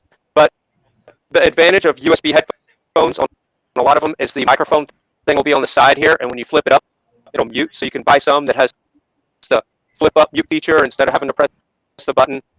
There's just 100 different types out there. You just kind of start looking at YouTube reviews and see what fits your use case the best, because there really is no best set of headphones. Because if it's comfortable, that's the first thing to look for, and then the second thing is reliability. So that's what I look for in headphones, is how comfortable they are. Because some of those cheap ones are just plasticky junk, and when you're talking, here's another thing. On a lot of the cheap headphones, when you talk and your jaw moves, you'll hear this plastic creaking noise in your head. That drives me insane. So I can't that also. These don't creak when I talk. And the one thing is with a phone device, I mean, if you got a Type C, which is this right here, if you plug that into your phone, you can't really charge your phone. So that's why normally when I live stream, I have this plugged into the phone, so I can keep charged to my battery on my phone. But if I don't have that on there, I will drain literally the battery and run my live stream out. So normally for me, Bluetooth has been the best for me. I mean, usually when I play the music in the background, I hear it through my one side, and I can talk to you all on the microphone. So that is definitely one thing too. If you find something that's Bluetooth that's going to be comfortable for you, definitely you'll have to find that. But if you're doing a long period of live stream, you got to have a headset like this that's basically earbuds or some sort of a headset, and that'll take away from your charging. And unless you're not going to do a live stream for a long period of time, that is everything else that you have to look into.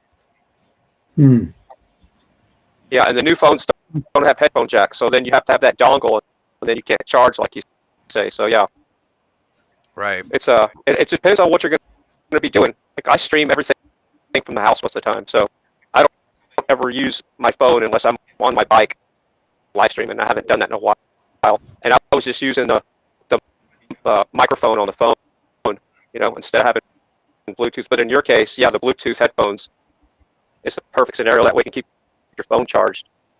Right. I see. And you can thank Apple for that kind of crap, because they started that whole taking the headphone jack. Because remember, they had the courage to take the headphone jack out. What the truth was is they could save a couple of cents per phone to not put the headphone jack in and convince all the sheep that, it's a courageous thing to do. And everybody started falling in lockstep, taking the headphone jack out. And now we're left with flagship phones not even having headphone jacks now. Even Samsung's doing it. Yeah, because on my new device, it doesn't have anything for a jack on there. Believe it or not, I think my Samsung 10, I got a Samsung 10 Note that doesn't even have a jack in there. So I usually have to buy something, and that's why many panels that I've been on, it's like I might be on for 2 hours, and then after that, it's like I got to take a walk back out, because of the fact is I got to charge up the phone because my headset's been in that Type C all the time. So it definitely is something that you got to look at too for the functionality of your phone and for your live streams. If you don't buy the high-end phones, you can get headphone jacks still. So I'm talking off of a Samsung Galaxy A51. It's like a 3-year-old phone. But guess what? Samsung still pushes out the latest Android. I think I'm running Android 13 now. So they just pushed out the latest OS. I get all the updates. And this is a phone. Yeah, mine is just an A71, and it works just fine. Yeah, so yours is actually a higher processor and RAM than mine. The A51 is a step up from A71 is a step up from the 51, but yours is probably about 2 or 3 years old as well. Yep. But this still works good. That's a stellar phone that you got there. That's a really good phone. Sounds like Andy is saying he can't understand you. You got your mic a little too close, Fry? Am I cutting out? On the restream, yes. It's kind of cutting out a little bit. Is he cutting out on your phone? Yeah, he's cutting out a little bit on my end. Really? Yeah, take your mic back. Check your mic back a little bit, maybe. Is it over-modulating, or am I just cutting out because I'm dropping packets? No, you're not dropping packets. When you're on the voice there, it's pretty well high. So let me check. You're really. Let me see. Let me go and check my levels here. Hold on. There's really no audio adjust on this thing. Red Cactus says Fry keeps cutting out, and it is hard to follow along, and a bit choppy on the sound from what Obsolete 54 Annie says. Yep. My end too. My end too, as well. Sounds more like a robot talking. For a minute there, I thought it was on my end.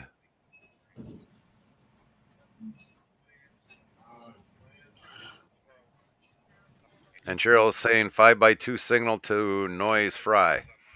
I still haven't figured out that 5x5 with Gerald. Gerald, speaking of that, how are you doing? Fine. Obviously, the wife hasn't finished you off yet, so that's a good thing. That's a plus. All right, how's that, Fry? Oh, hold on. All right, I switched networks. I went from my 5 gigahertz to my 2.4. Is that any better? Still sounds Nope. the same. Sounds about the same. Actually, a little worse. I was going to say that. Yeah, because even the wife is listening it too on her device, and she says you're cutting out. And Red Cactus says still bad. And Well, one other thing, it's sounding tinny. Well, it is a budget phone. Oh, okay. This is the A51. Like I said, it's 3 years old. It's not the fastest, but let me try one more thing. I'm gonna switch. I got 3 networks. Let me switch one more. That sounded better right there.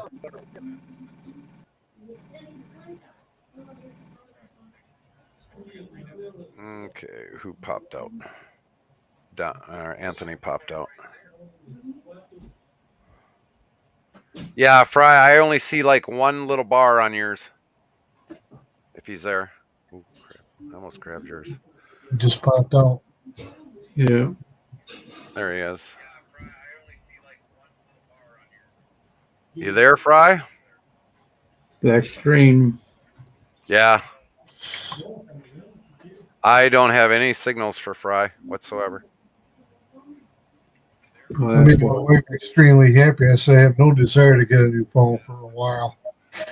Yeah, I'm not trying to buy a whole nother phone if I don't have to, but I mean for the live streaming, it was to the point that I had to. Stick with it.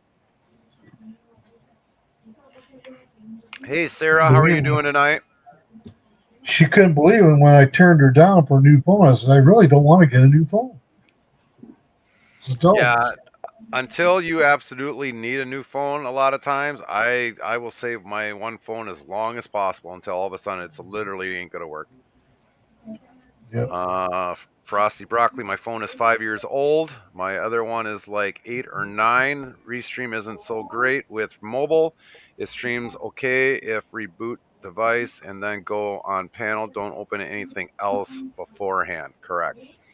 True. Good to hear, Sarah. You're doing fantastic.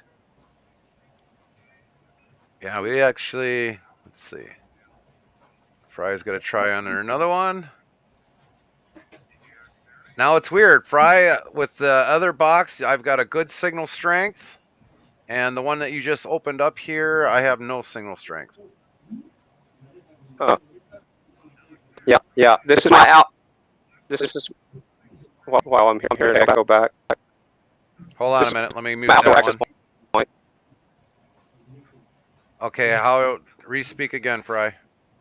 Yeah, I sound like a robot. No, this is my outside exit point. Yeah, that one's choppy too. Yeah. Oh, look who's making a very inviting guest here. Lead Guitar Man 1. Hey, Robert. What up, Robert? Good to see you on board, buddy. Evening, kids. Well, calls me kid. Okay. Hey, Robert, are you going to bring me back my lollipop? What's that?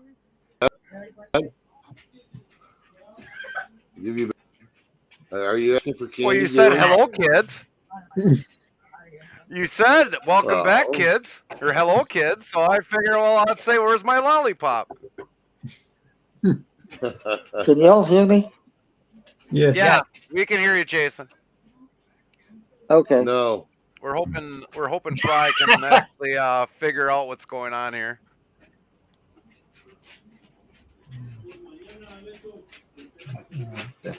Well, what are you trying to figure out? Fry was having audio issues on his side, and normally Fry doesn't ever have any audio issues. And Fry usually comes in loud and proud, but for some odd reason tonight, their audio part sucks. A lot of people I've used it on have problems with their audio. Yeah. So what's going on with you, Robert? We haven't seen you in a while. Granted, we know why. At least we know why.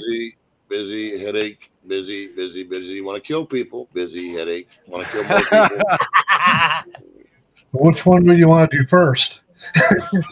Yeah, that's no. The question should That's be the is one I which one worry have I about. done already? Right.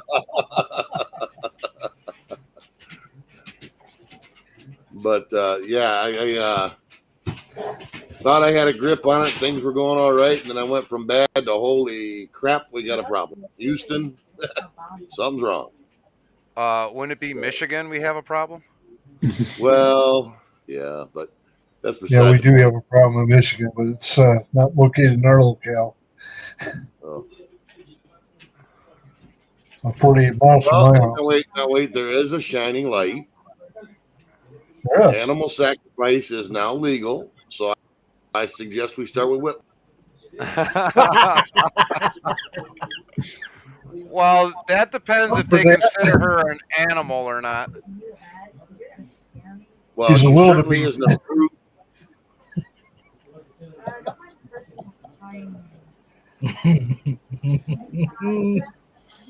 She's a wildebeest. Yeah, there you go. Cheers to that one.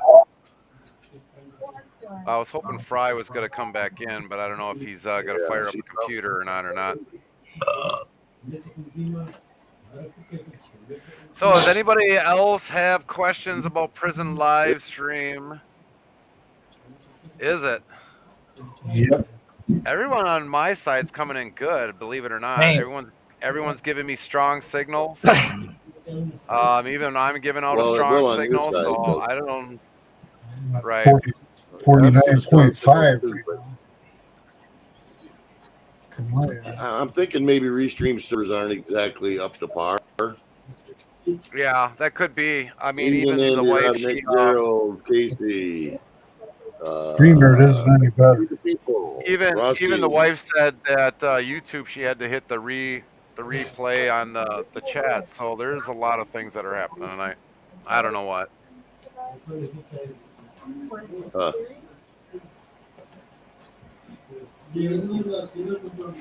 Well, they claimed that I was playing copyrighted music. Now, Gary, you've heard, and I know you have, Zero. You've heard my music on here. Right. That's not copyrighted music at all. That's just Well, all you you're gotta do is gonna- say hallelujah twice, and that's considered copyright music for you singing. Right. You do know that, right? Well, I don't sing it. Hallelujah. Hallelujah. Bam, copyright strike. And believe it or not, for the amount of emails that we get, and I just talked with YouTube yesterday, or actually Google yesterday, and basically I told them it's like, I'm not trying to look to make money off of people's music. It's like, in a way, I'm trying to promote people's music. And, so if anything that does come from ads or anything else, give it to them. I don't care. I don't need it. And I've had, I think it was like almost a 2-hour conversation with them via chat. So it kind of sucked in a way having that long chat, but for the most part, it ended up being what it was.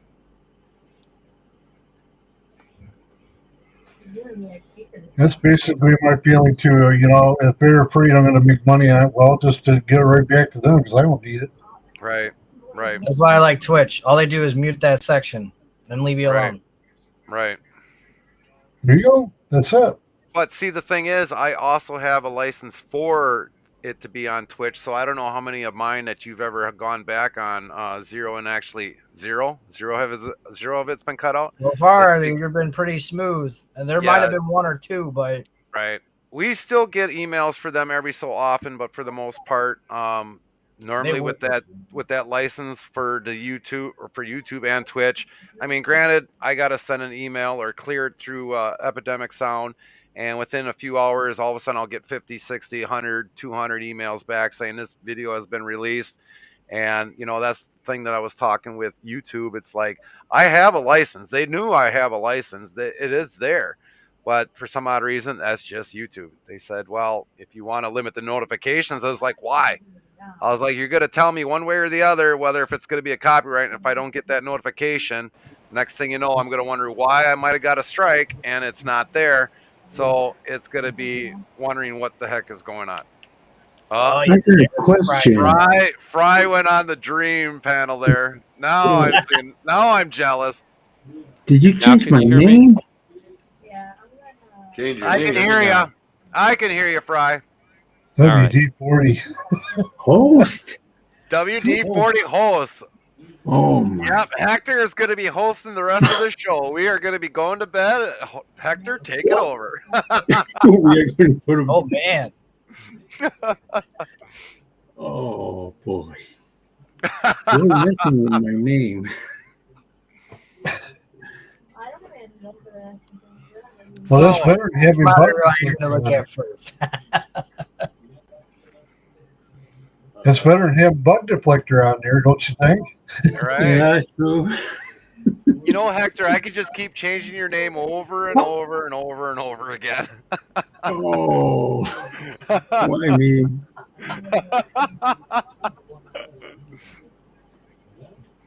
The man of a few words but many names.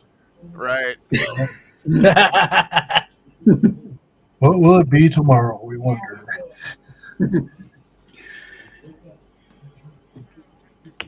So what brings you on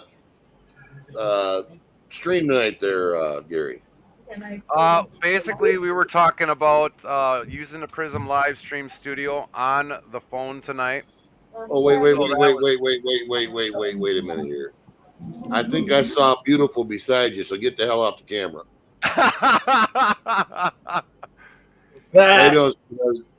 Listen closely. I said I thought I heard seen Beautiful beside him, so I told him to get the hell out of the way. He wants you to take over. She's just like my wife. She will not get on the camera. Yeah, my wife is not 100% photogenic like I am, I guess, but that's just the price that I gotta pay. Sometimes it's actually hard to get her in front of a camera. Who told you was photogenic? Same here. Well, I haven't broke your screen yet, so I guess I'm pretty good at that.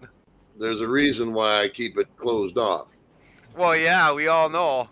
We were gonna run outside quick and go get Sasquatch and put him right in front of the camera, but we couldn't get him on the ground.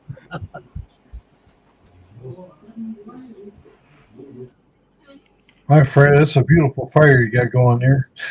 There we go. I got everybody warmed up now with the fire. Oh yes, indeed. I was starting to get cold over here, Fry. So thanks for that. Huh? Let's see if we can get our sound effects to work. Just like the good old days.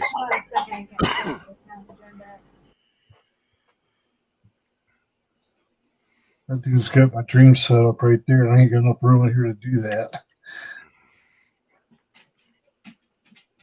Got a little fire to look at. Yep, indeed. Indeed.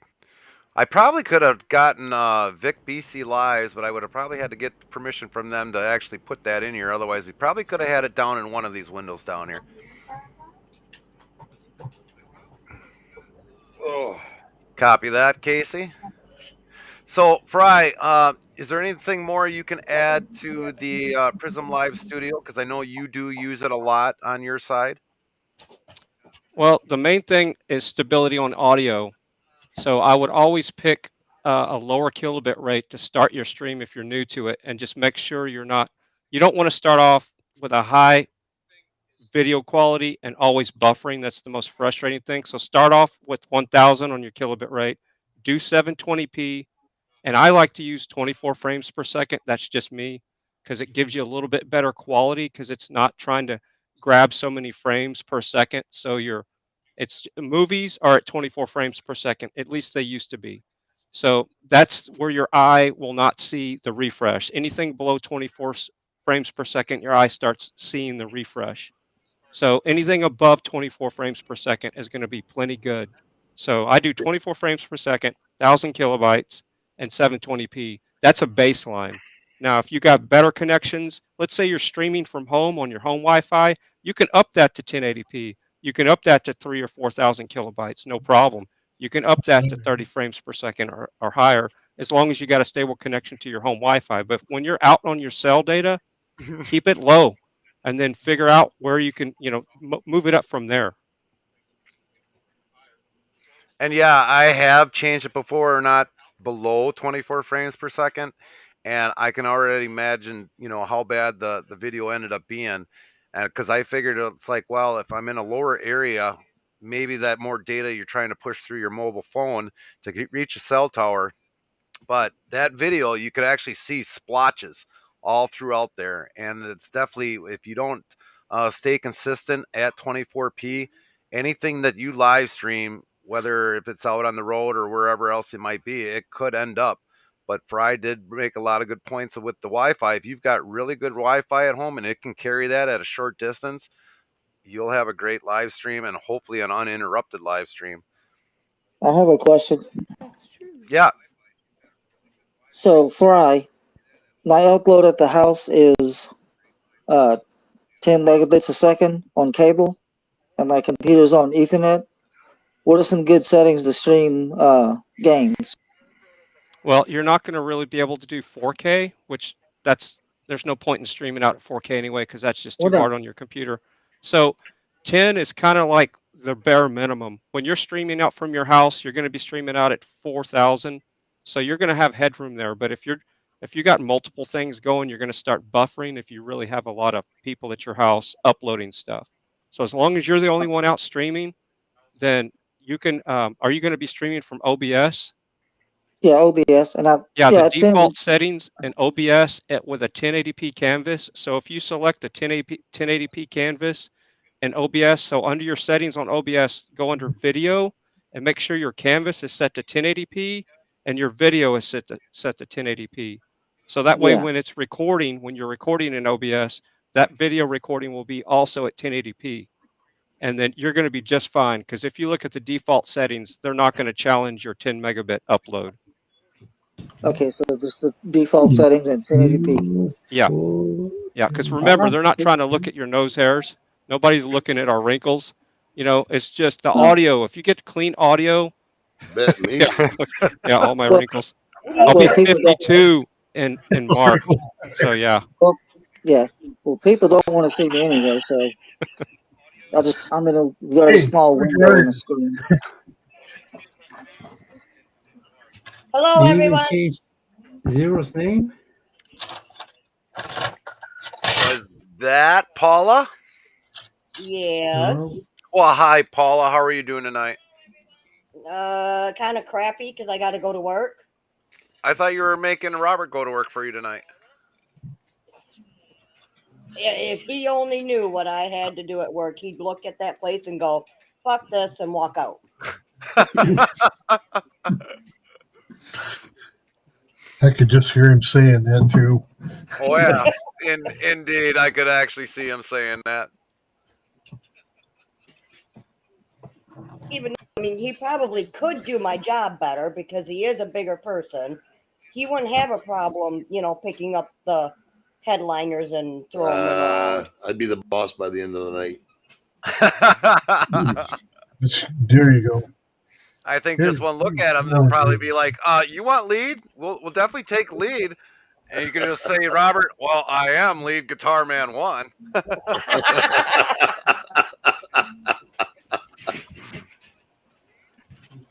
Thanks, Zero. You got your name changed. Yeah, he did. James, I would like you to come up here on the panel here. Click that link. We definitely know you use Prism. Definitely come on up here and share your experience. That would be great for share your experience with the Prism, because I know you were going crazy when your internet was down and everything else. So come on up there, hit that link, and definitely pop on in here and join us with that. Fry, is there a way to use Prism to use your sound alerts from Twitch?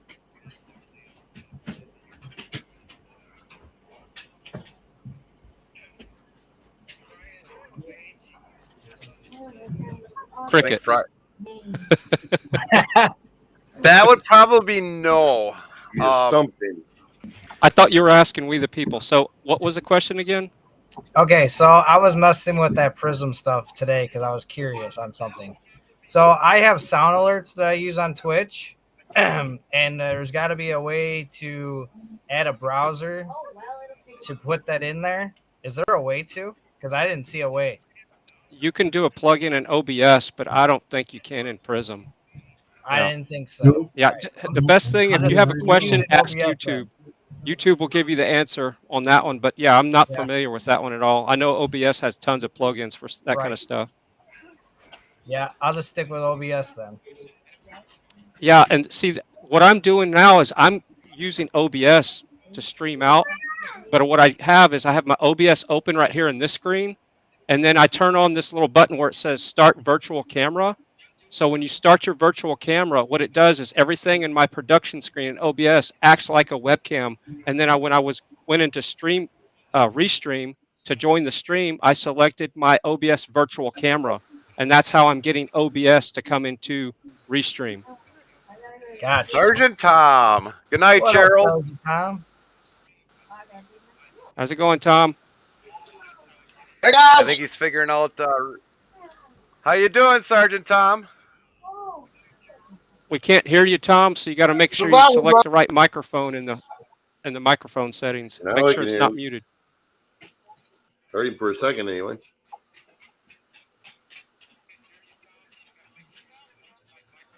Hey,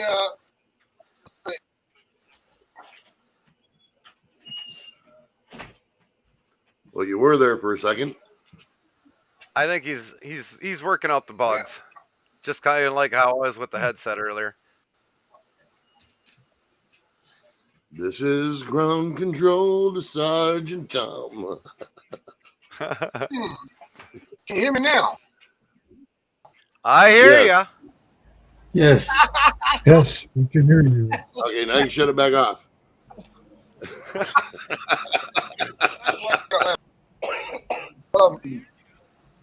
What the name?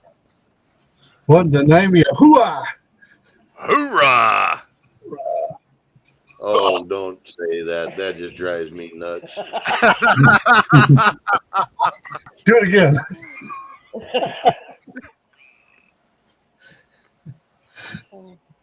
I need Hoorah! to Gerald. Hoorah is Hoorah! Marines. All right, go ahead, Gerald. Paula. I heard you say something. I need to ask a question. What's the question? I was gonna ask Gerald how his head was doing. He was in here, and then he kind of said, "Have a good night." So I don't know if okay. he's still kind of listening yet, but definitely, yeah, we hoping that Gerald is doing better. Obviously, his wife hasn't finished him off because he came in tonight, so that is a very good sign. That is a plus, exactly. That is a plus.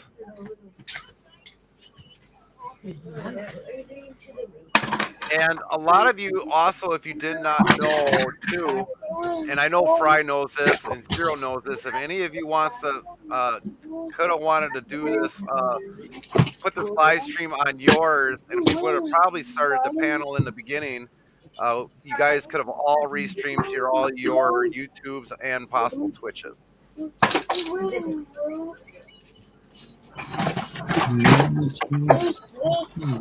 And even Hector could have live streamed to his too.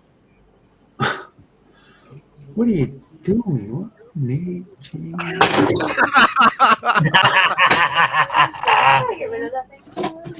Yeah, keep an eye on Where'd you find those, Fry? They're all around the house. I collect them. Wow. This is a red wasp's nest, Yeah.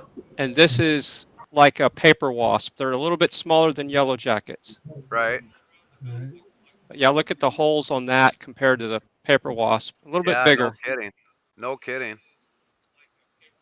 Hold on here, Fry. Let me put you on the big screen. Where are you at? Right here. So this is red wasp. Of course, it's out of focus now. Nope, and then it's this looking is, good. and that's a paper wasp. That's the paper wasp.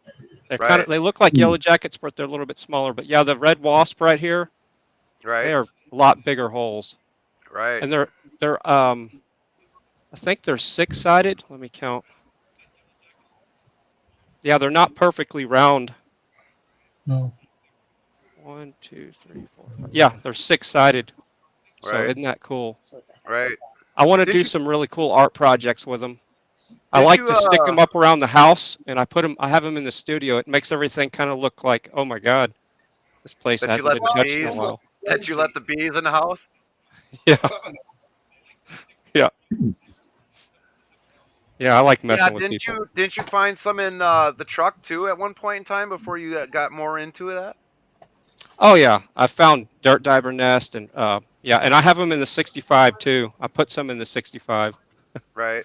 I put the smaller ones in the truck. Like I have these small ones that I collect. Yeah, I'm Right. weird like that. You need that big Yeah, paper wasp nest I seen this morning. And I also have my own homemade emoji. Like that. Right. Nice.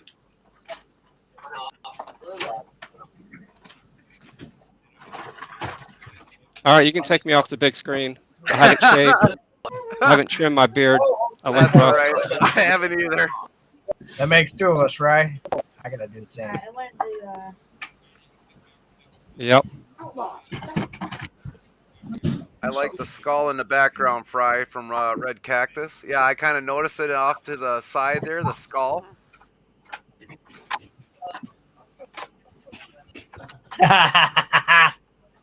Maybe what I'm gonna have to do is I'm gonna have to get one.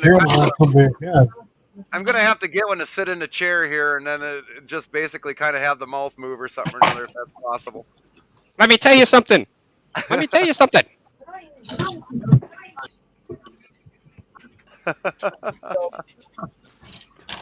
Yeah.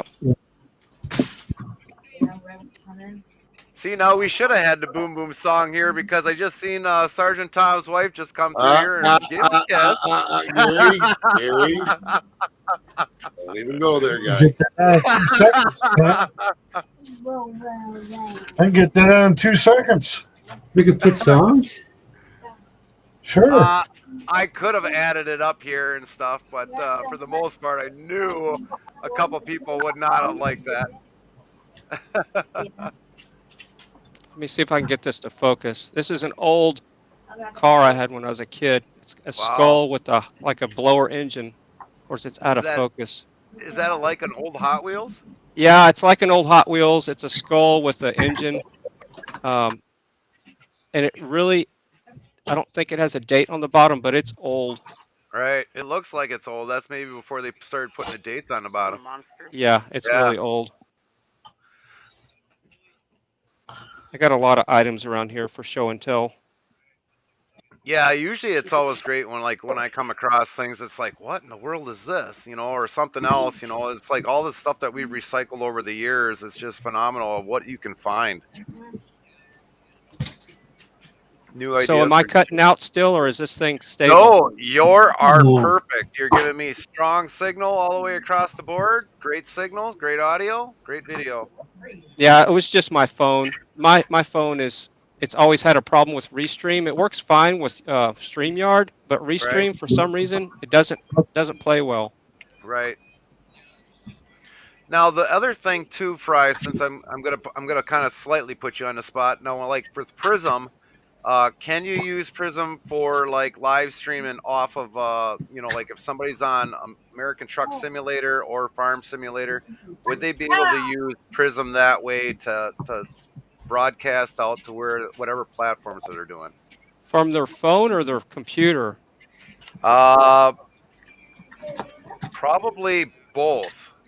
I have never used Prism on a computer.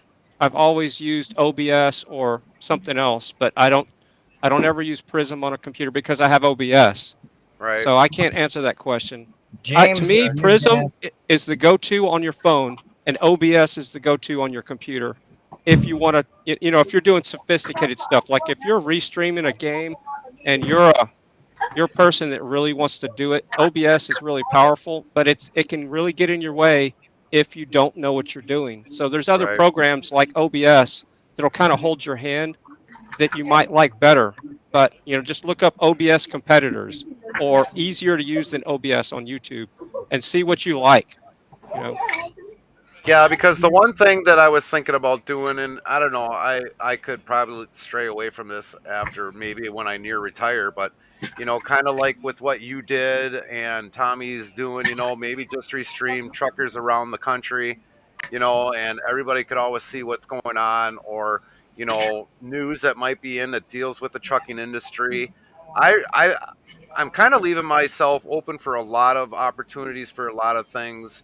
But, for the most part, sooner or later, I guess I'm going to try getting into the OBS and see what it's going to entail and how I can use it.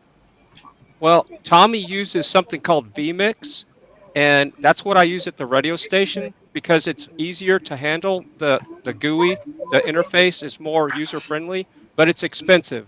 So Right. he uses vMix, which I would suggest use vMix if you can afford it. But Right. that's what we use at the radio station. They bought the license. I didn't have to pay for it, and that's what all the board ops use whenever we stream out on our video platform at the radio station. So you can look at vMix if you got a budget. But OBS, I think, is the best overall if you're willing to learn it. Here, no, put it up. Look at the puppies. Still living with my parents. Awesome.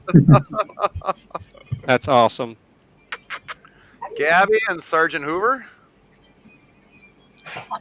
I know a lot of people always want to see the puppies with and stuff, so definitely Hoover's human is out having a Winterfest dance tonight, so he is kind of missing his human tonight, or otherwise he'd be snuggling with him. And definitely Gabby is with his human tonight. But yeah, that's our puppies, our little Yorkies. Believe it or not, Hoover is up there in age already. So, I mean, he is definitely getting up to 10 years of age. So he is getting up there in age. All right. Jason's asking a question. He says, how can I see my YouTube chat over my game in OBS? Okay. If you set up OBS, there's a wizard. You can go in and tie your OBS to your YouTube account. And there's going to be a chat window that'll pop up inside of your OBS. So you're going to have 2 screens for this. I do not recommend using OBS at all unless you have a minimum of 2 screens, preferably 3 or 4 or 6 like I have. Because when you start having, if you're going to do restreaming like I used to do all the time, you got to have multiple screens. If you're streaming a game, you have to have a minimum of 2 screens. So what I would do if I was you, Jason, I would not even be concerned with the chat built into OBS. Like I said, I can help you if you want to DM me on. I guess I can. Can I put my Facebook in the chat there, We the People, so he can friend me? Yeah, you Fry, you can do whatever you need to do. That's totally fine. You don't really even have to ask for you. As much as we talk about with everything, yeah, definitely put it in the chat. And I agree with Fry about the 2 screens because I am in that process. I need to get another one so I can see certain things when I'm streaming on the computer because I only have the laptop. So I need to, and I have OBS that I use for Truck Sim. So yeah, I'm definitely looking into possibly getting a 3rd or a 2nd screen so I can see my chat and stuff instead of just having it on my phone. And see, like right now with Restream here, I mean, I can put the chat in here, but then it takes away from the photos of everybody to see me. So normally I just usually keep the chat out. But I mean, if someone, because I still have the option here to basically just highlight that message and show that message and go from there. Yeah, so Jason, there's my Facebook. If you need help, just friend me on Facebook, and then we can use Facebook Messenger, and we can communicate that way. And then I can use TeamViewer to TeamViewer into your computer if you need me to help you to set up your OBS for any application. OBS is so powerful. I've hacked it to do all kinds of stuff. Like this right here, for instance. You see the little French fry in the TV and the eyeballs right there? That's actually the real icons from the chat rooms that I pulled from I saved that file and I hacked it into OBS through a web browser hack. So those each individual image is a different layer of a web browser, and that's the actual icon of the TV, the fry, and the eyeballs from YouTube chat. That's not a different image. That's the real icons. You can do that in OBS. You can't do that in other programs. That's why I love it. You can just hack it to death. So since you brought up OBS, Fry, how big of a computer do you need to withstand everything? Because like you said, you've got my complete jealousy of your studio. Don't be You're running. jealous. That's Oh, a I wasted am. emotion. Don't be jealous. I am. You've got 6 screens running. How big of a computer do you need in order to control everything that you run if you were running a restream on a daily basis? You need I would recommend no older than a 4th generation Intel processor, which is going to be an old use computer. I would recommend nothing less than a 6th generation. So when you're looking at a computer, look and see what generation it is. And it'll tell you because it'll be on the processor number.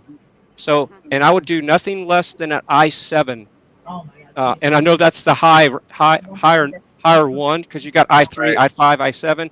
But you can get away with i5 if you got a good graphics card now. So Right. if you get an NVIDIA graphics card, I would recommend NVIDIA because a lot of this stuff's built into the CUDA, the CUDAs. The way NVIDIA works is they implement something called a CUDA, and then the programs will write to that hardware. So it'll bypass your software, and it writes straight to the hardware of the graphics card. So NVIDIA, Intel is what I recommend for restreaming, just because the older Intels are more stable than the AMDs. Now, the new AMD stuff is starting to kick butt and do better than Intel, but I stick with what I know. So I recommend nothing older than 6th generation, 16 gigabytes of RAM, and an NVIDIA graphics card. And you'd have to, if you're going to do restreaming like Tommy does, and like I used to do all the time, minimum of 3 screens, minimum.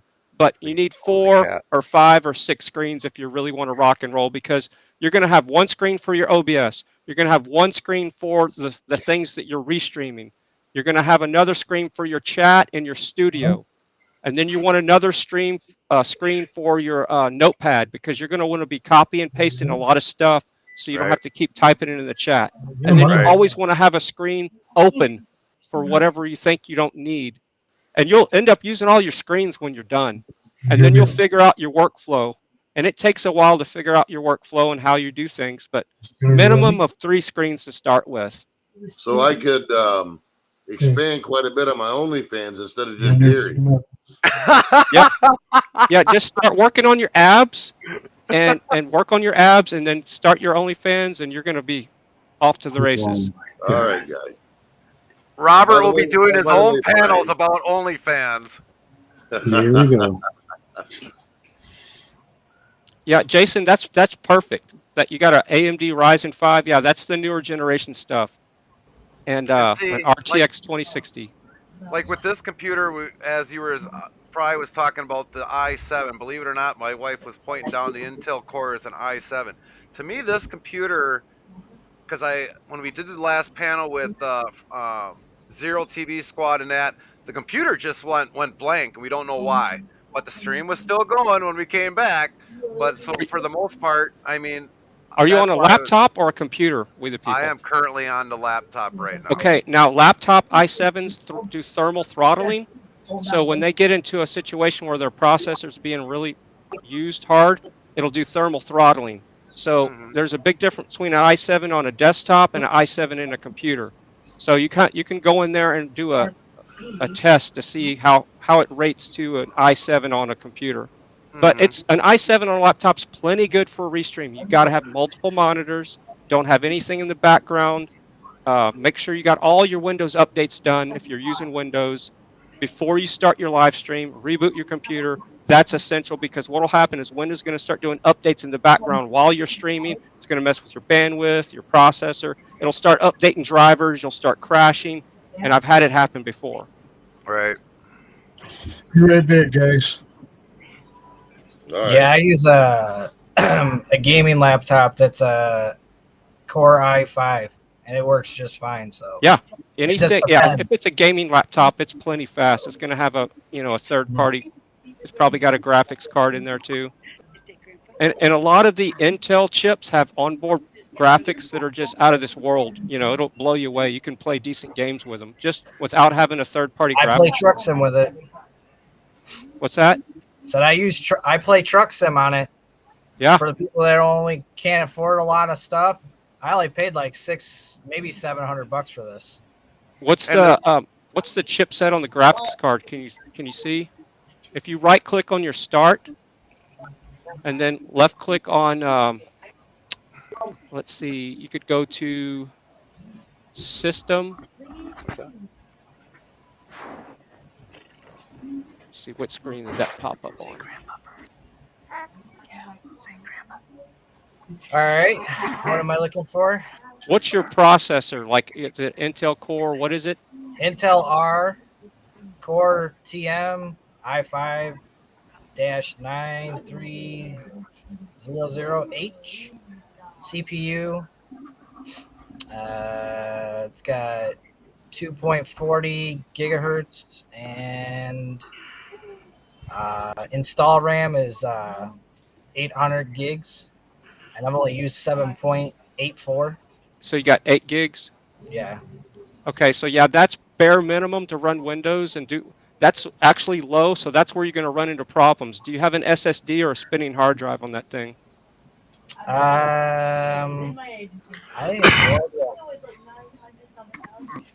Yeah, if you wanted to really step that thing up, if it ever bogs, upgrade the RAM. At least put 16 in there, because you can already see it's using 7 gigs, so you don't have much headroom there. Want them in there?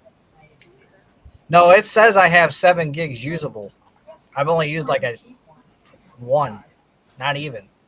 Oh, really? Yeah. All right. Let's do this then. Let's go to. The processors in it is x64. So let's do one more thing while we're doing tech talk.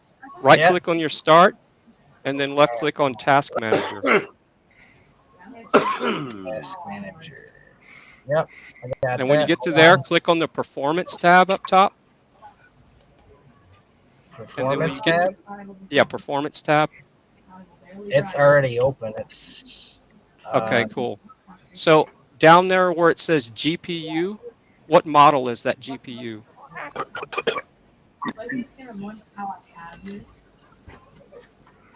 If you scroll down and look on the left, you should see. Yeah, I'm scrolling down. There's a lot of stuff.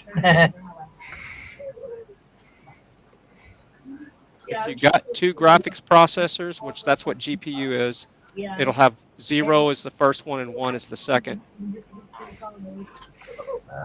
You eating your shirt or what? Huh? I mean, they can't yell at me. Yeah? You think so? Why am I not seeing this? Yeah, very slippery and doesn't look like it's tight. It's on the progress tab. All right. Yeah, have this program. So there's performance up at top, and there's processor. You want to click on Performance tab. Make sure you're clicked on the Performance one, right next to the Processor tab at the top.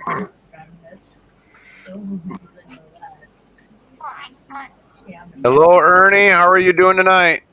All right. So performance. Okay, what did you want me to look at, Fry? The GPU, the model. It has a GPU 0 and a GPU 1 in it. Okay, so you got 2 graphics card. Which one is the 0? The first one? It's playing around the 80% range. What is it, like a 530 or a 620 or what is it? It should say HD graphics something. Well, that's good to hear, Ernie, that you're at home. Enjoy the time while at home. It's an Intel R. Okay, gotcha. And then the GPU 1 is your second one. What model is that? GeForce. GeForce? What model? What's the number? NVIDIA. Okay, so that's the mobile version. Gotcha. Yeah, so you're plenty good. You got. Yeah, it's running really smooth right now. I yeah. can see the numbers. On your memory, go back up to the top where it says memory right under your CPU. It's playing at the 7 out of 8. 7 out of 8. So yeah, so you're using 7 out of 8. It's like 80%. Like Yeah, so that's where I'm saying you're thin on that laptop. So that's the only thing that if you ever wanted to upgrade that laptop, put more RAM in it and then chunk an SSD in there if you don't have it for your hard drive. That'll really speed it up a lot. All right. If you're having problems, if you're not having problems, then laptop, right? if you're not having problems, then don't mess with it. Nope, I'm not. Like I said, Okay. it gets a little warm, but it doesn't get that hot. The boss is taking over the live stream, so I'll hand it over to him. You get out of whack, he'll probably bounce you. Right. He's gonna ban everybody out of in the chat room. Right. So our definitely that our would be a one long of four of our pride and joys. Yeah, but for a gaming laptop, for only $600, it's not that bad. No, that's a good deal. Yeah. I tell everybody to go to Walmart. It's an HP. Do you have laptop. 2 monitors? No, that's what I'm going to work on getting though. Just get you the cheapest 1080p TV. Make sure it's 1080p. Don't get a 720p TV. It's really because that's going to not it's not going to be good. Get a minimum of 1080, and if you could find a cheap 4K, that would be even better because you could run that 4K at 1080p if you needed to, and it's going to look a lot better than a regular 1080p TV running at 1080p. And that's what I do most of the time. I usually run my 4K TVs if I use them as monitors in a 1080p because Windows does not do scaling very well in programs. So I usually just stay with the 1080p. And see, that was one thing. I bought a computer a long time ago. It was a desktop computer, and I was just floored. I can't remember what it was all in it. It's been basically in a box for years, but I ran 2 screens on there. I was wanting to run a 3rd screen, but that computer, no matter how many screens I had open up on there, that thing could haul like you wouldn't believe. It would handle everything that I would do with it. And So that Jason was just a Walmart brand computer that was there. Right, and Jason just put in the chat that ONN is the Walmart brand, their house brand, and he says, which I can't believe, it's $88 for a 1080p TV. That's just dirt cheap. Now you make sure it's true 1080p if you go buy one. Make sure you can verify that because they could be hoodwinking you on the specs. You know what I mean?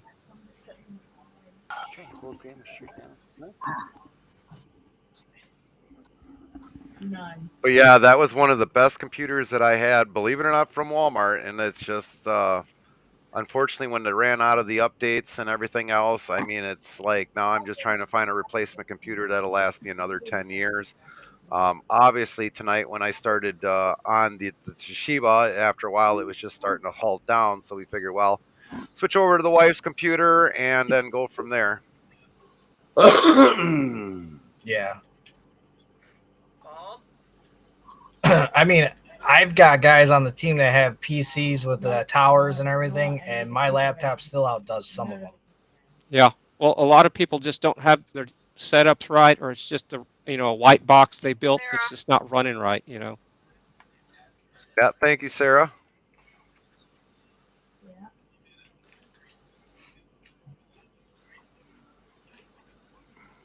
I'm running a 6th gen. It's an i7K, which the K means it's overclockable. So it's an i7 6700K, 4 gigahertz with 32 gigs of RAM and an SSD. This little, it's a Dell XPS, so it's a screamer. It was built for gaming. The XPS was their gaming. It's still their gaming stuff. And I got these for free from doing computer work for a local business. The guy gave me 3 of them, and I'm like, score. And all I did was upgrade to the SSDs and the M.2, and I got me some streaming boxes. Now, Fry, since here's a question, I guess, because you can only know that with having a gaming computer, does that help more with the OBS or any of that other stuff? Yeah, if it was sold to you as a gaming machine, it's going to have a third-party graphics card, either an AMD or a NVIDIA, and it's going to have more RAM. It's probably going to have SSD, so that's going to be way better than a regular computer. But you're going to get you're not necessarily going to get your best bang for your buck by buying a gaming computer, because you're buying usually somebody's stuff that you don't need. Because it'll come with a keyboard and all the flare and all the lights, and it could be water cooled. And I recommend staying away from water cooled computers because it's a maintenance item. Not recommending water cooled computers at all. Stick with a good heatsink fan. That way, if your fan dies, your processor doesn't burn up. Those water cooled things, you could have a leak. If your pump dies, your processor heats up quick because it's got a really small heat sink for the water transfer. So yeah, stay away from water cooled computers at all accounts. That's just kind of a thing that the gamers like to do. That's kind of a fun thing. If you're going to switch your computer out every 2 years, yeah, go ahead with the water cool. If you want to spend $3,000 every year on a computer, run with it. That's not me. I like reliability and speed, and that's why I use air cooled XPS Dells. And if I can't See you afford guys. something, I get a used computer. Good night, And all my Hector. stuff is usually used. You cruising, Hector? Yep. Did you run out of WD-40, man? What's wrong? Hell, he left quick. Yeah, no kidding. He's like, He must forget have you. something to do. He must have slipped on his finger on there with the WD-40 on his Right? mouth. We done pissed him off. Yeah, so like a lot of people ask me, they're like, "Well, what do you use for gaming?" I'm like, "It's just a laptop that I get from Walmart." I said, "The gaming laptops from Walmart, a lot of people complain about them, but they're not that bad. They work pretty well." What brand is it? Is it Mine's HP? an HP. HP, yeah. Yeah. That's as bottom of the barrel as I would go, is HP. And I say bottom of the barrel because they have good and bad stuff, just like Dell does too. I would stay away from Acer, those really Definitely. cheap ones. But yeah, HP is safe. HP was having some problems there for a while, so I was ragging on them, but they've actually kind of upped their game lately. So HP, I think this computer is like maybe 2 years old now. yeah, HP, Dell, and Lenovo is what I recommend, and that's it. I really recommend Lenovo, which is the ThinkPad series on the laptops, and then Dell for desktops. And Dell laptops are good too. So that. What's that, Sergeant Tom? If you can even sell it, how much will it be? Yeah. Any bets? Is that Absolute I'm betting 54? $2,000. In the chat room I says just thought the fan died on my Toshiba. Here you go. Oh, that's what Sergeant Tom, I guess, is running an HP laptop, the way it sounds like. So the fan died on my Toshiba. I don't even know how to say that one. R10. Still a nice older refurbished computer. Is it worth trying to buy a fan for it? Nice condition otherwise. Let me look that model up and see real quick. So on my Pentium 4 with hyperthreading, I don't want to buy the facility because all the pay. I'm not buying that one. I'm gonna buy the one. What do you think of the background there, Weed People? You like it? You like it? Yeah, Yeah, yep, nice. indeed. That's the merch thing. I just stuck it in here. That'd be the one. Right.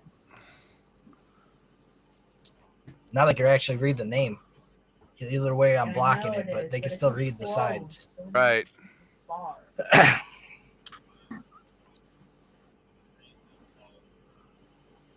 Okay, that's a decent laptop. Yeah, if you could replace that fan yourself, definitely. It's a Core 2 Duo. Those things run a little hot. They're not the strongest processors, but it claims to have a third-party graphics NVIDIA in it. And I don't know what model you have as far as the RAM, but yeah, I mean, a fan is a lot cheaper than a new laptop if it'll do what you need to do, and that's a good laptop.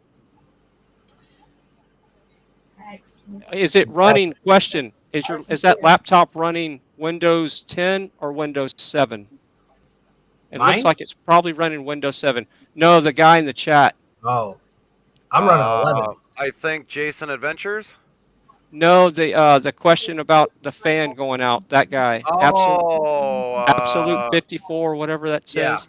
I'll repost that one, Fry. Yeah, if it's running Windows 7, yeah, if you're going to do any online banking, I would kind of stay away from that on Windows 7 right now because they're not really getting security updates.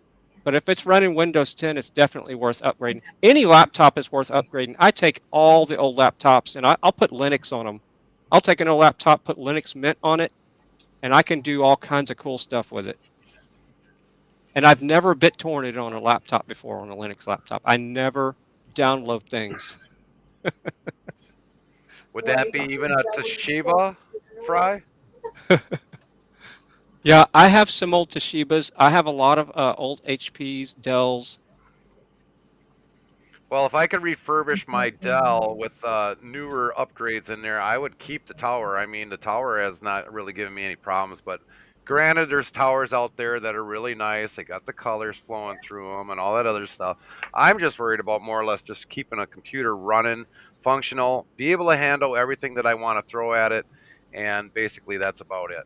Well, again, my minimum system requirements, if you're going to do any kind of gaming or streaming, is 16 gigs of RAM minimum, an SSD hard drive, at least 240 gigabytes minimum, and 6th generation processor, i7 if you can afford it.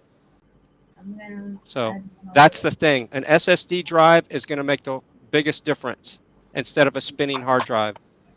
That's where you're going to have the faster boots, the faster accessing your programs, and the RAM. And see, that's like the thing. I mean, once I get done with, because I know the Toshiba is pretty well, it mentioned to me last year that it was going to be near the ending of its update. So it's a matter of time before that one is going to be obsolete. But the only thing we're going to keep with that computer is that we can, if we need to burn or rip CDs, we can put them onto a USB drive and not have any problems, and just plug that USB drive into anything, and then we'll be able to have the music that we want to play. Cool. And I don't know if anybody knows, but Windows 11 does not work on older computers or laptops, Right. anything older than an 8th generation processor. But somehow I got it to work on a 4th gen processor. So you can make it work. And if anybody ever needs help doing that, just DM me on Facebook, direct message me on Facebook, friend me on Facebook, and I can work with you on how to hack Windows 11 on an older laptop. So the cars that you buy from people, they don't come actually customized; they come just stock. Yeah, mine is automatically upgraded to 11. Yeah, you have. Well, yeah, yours is a newer processor, so it did that. But like this streaming box I'm on right now, I couldn't put Windows 11 on it because it's a 6th generation. So I'm 2 generations too old to run Windows 11. But I could definitely put it on there if I really wanted to. Because what you do is you download a program called Rufus, and you download Windows 11 Rufus. It's all in one download. And what it does is Rufus will not look for your processor signature date whenever it's installing Windows 11, and it bypasses that on the install. And you still get all the updates and everything, and Microsoft doesn't care. Once you get Windows 11 installed on there, you're free after that. And I'm running Windows 11 on an old Lenovo 4th gen laptop right now. I don't ever use liveries on it. So there's another question here from Annie at Fry TV. So the Toshiba Takara R10, I can still get a fan for it, and would it handle a 240/250 hard drive? Still want Windows 10 though. Okay, so yes, you should be able to. Okay, so you're looking at about $30 for a good 240 gig SSD hard drive, and you're probably going to need to upgrade the RAM if you're really wanting to run Windows 10 on that laptop. And now, see, you're getting into the range where you might just go to Best Buy or Walmart and get you a budget laptop that's going to run circles around that old Toshiba. not ragging on your old Toshiba, but computers are, they're antique after a few years when it comes to what we're wanting to do with them today versus what they were doing when that computer's 11 years old. There wasn't, Restream and StreamYard and all these things that you might want to do if you want to jump on a panel. So even running YouTube is difficult for the older computers just because the graphics cards in the chips were not that strong, and some of them didn't even have built-in graphics. So, when it comes to doing OpenGL and all this other stuff, I don't want to get too technical, but anyway, so yeah, if you're talking about doing that yourself, if you don't know how to do it, you're going to start spending a lot of money because once you get it up to par to run Windows 10, then you're going to be spending probably close to 70 to 80 to $100 minimum. And then now you're your own tech support if there's a problem. So if there's a problem, you can't call anybody but yourself. And then now you've got $100 dumped into that old laptop when you could have dumped that into a new one and you'd have been a lot happier. So it's just something to think about. Otherwise, you'll get to me on the phone. I cannot help you. I don't know where your system came from. Have a good day, and thank Yeah. you for calling. That's why I don't recommend people building their own white boxes anymore. Like Jason said, he built his own gaming computer. If you know how to do that kind of stuff and you're techie, that's fine. But now you're your own tech support when there's a problem. So.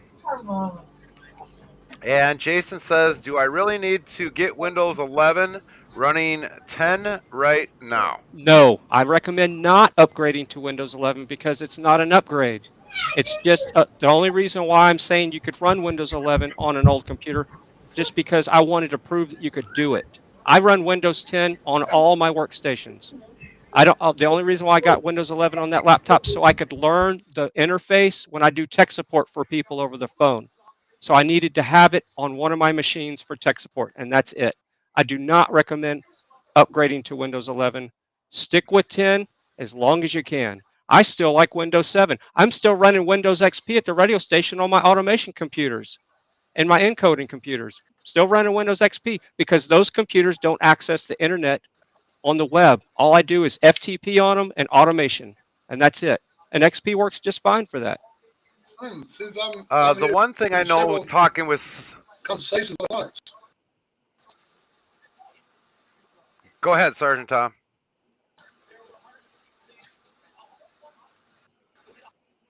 I think he's got something going in the background.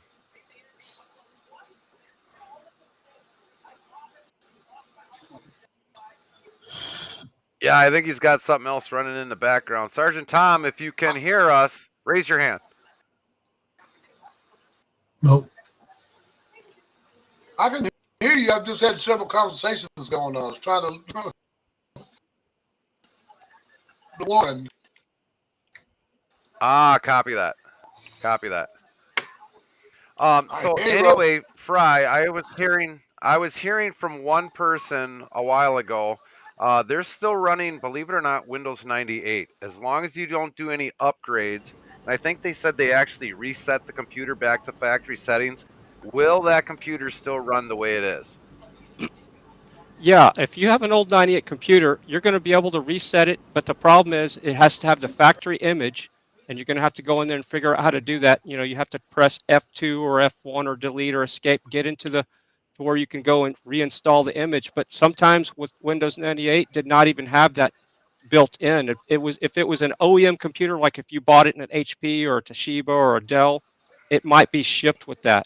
But here's the problem. Windows 98, Windows XP, all these older operating systems, this is what happens. You're not going to be able to run modern software.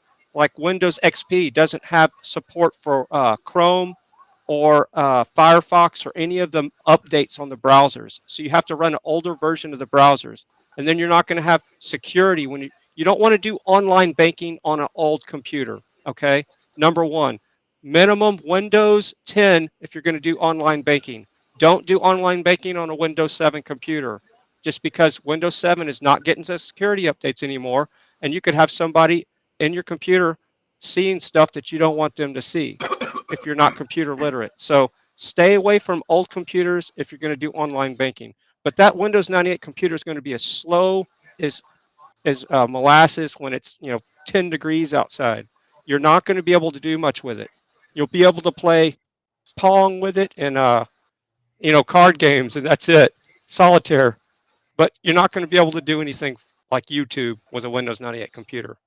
Not a especially chance. with especially with a lot of the upgrades that YouTube has done over the last few years. That's for sure. Yeah, you might be able to watch a video in 360 or 480 without dropping frames if you're lucky, but you start doing 720p and 1080, no. It's just not going to sit there and chug. So yeah, stay away from the thing is if it works for you, a computer is a tool. People that brag about, I got this kind of computer and all that, what do you use it for? And most of the time they're not using it for anything, you know? And I like to push my stuff to the limit, If it works, it's a great tool. Right. And that's like with my desktop when I had it at the time. I mean, I pushed that thing to the complete limits of having multi-windows, whether if it was looking for legal work or something with the Department of Transportation or whatever that might be. And I mean, I literally had two screens and probably 15, 25, 30 screens open on each screen, and that computer was still able to handle everything just fine. Yeah. Like right now, let's just do a quick check on this box here I'm on. So I'm running, I got a lot of stuff going, by the way. I got my HD home run in this screen, which is a TV tuner software, which pulls a lot of processor. I got OBS, I got StreamYard, I got YouTube, I got the Fire from YouTube over there, and I'm running at 70% processor. So I'm running this thing hard right now. And I'm using 11 gigs of RAM right now out of 32. So I'm pushing this thing pretty hard right now, but I still have some headroom. And this is a 6th gen processor. So this thing is not new. That's my point. Let me see what year this came out. To give you an idea. You don't have to go out and buy new stuff. Copy that, Sergeant Tom. This computer I got here, I bought that about a year ago, and it already had a Windows 11 in it. When I bought it, I didn't see much difference from that to 10. No, you're not going to notice any performance difference just for day-to-day use. The difference between 10 and 11 is the way you interact with it as far as the interface, and you're going to have updates longer on Windows 11 than you will 10 as far as security updates and that kind of stuff and software support. But you're not going to notice a day-to-day difference. Nope, I never have really. All right, so this computer I'm on was released 3rd quarter 2015.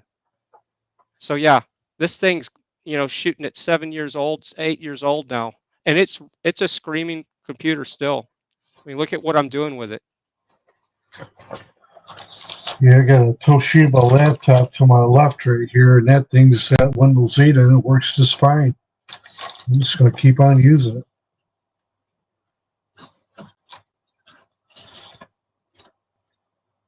Oh, I didn't So if even know. anybody cares about football, let's see what's the scores here. Well, Philadelphia's about ready to score.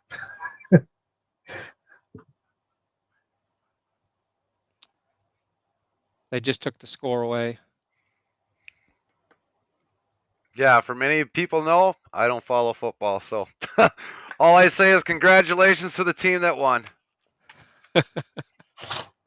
I'll watch a Dallas Cowboys football game every now and then. That last one was funny. All right, so New York is 0, and the Eagles are 21.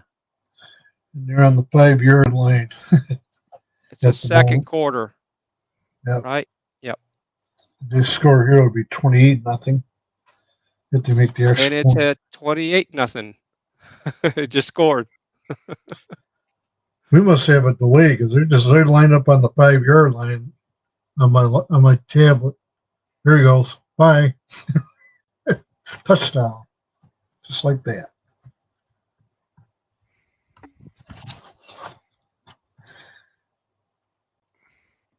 Game over.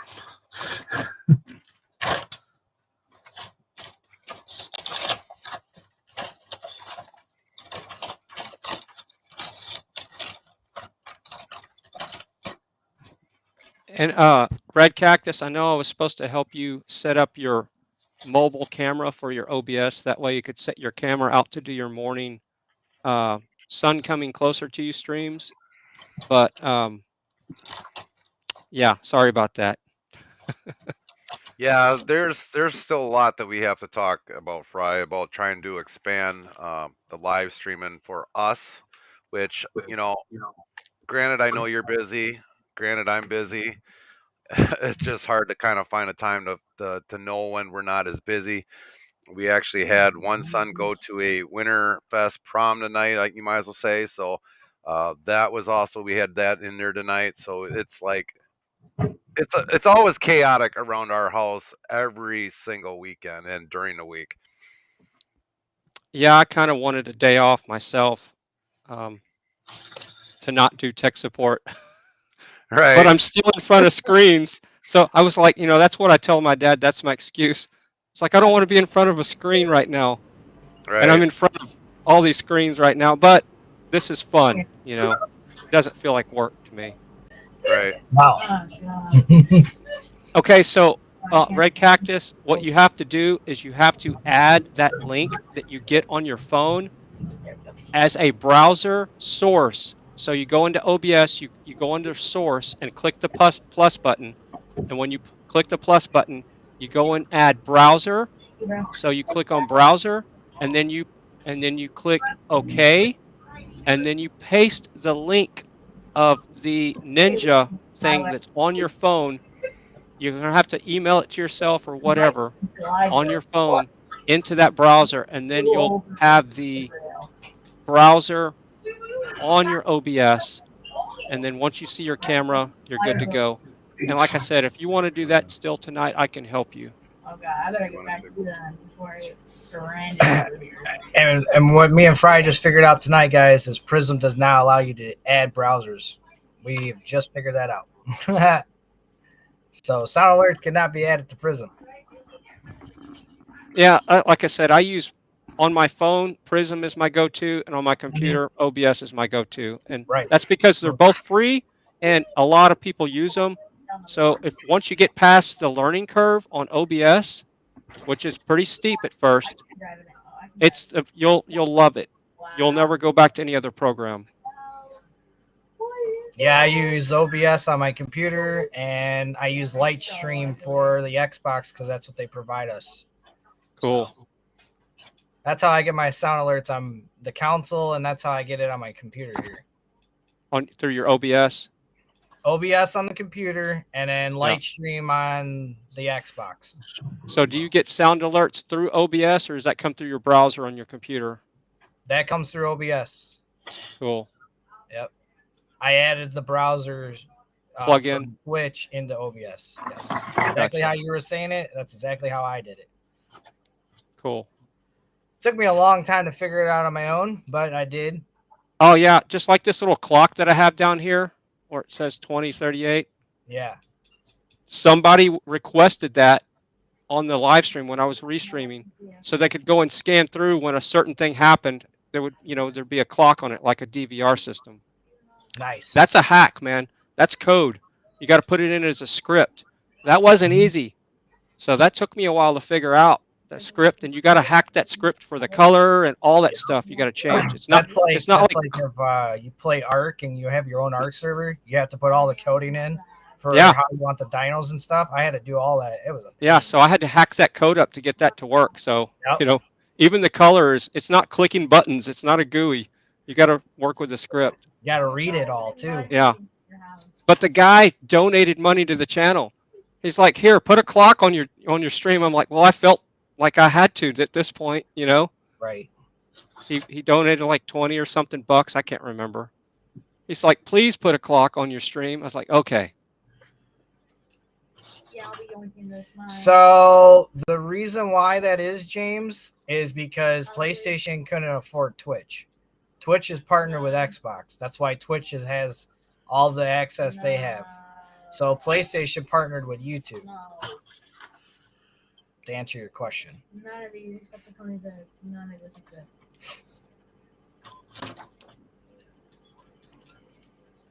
I'll be taking the insert.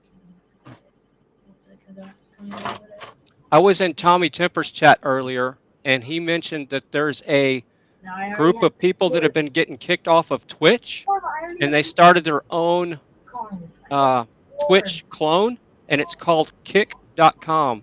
So I'm going to check out kick.com and kind of claim my stuff there. So check it out. It looks just like Twitch, and I think it's Twitch with less censorship is what it sounds like. I've been kicked off in there twice this week. I put it back on. Why are they doing that? Kick? Like the word kick? Yeah, I'll put it in the chat. Here, hold on. Yeah. You'll see what this is about. Are you looking at the YouTube chat or the private chat? You can put it in the private.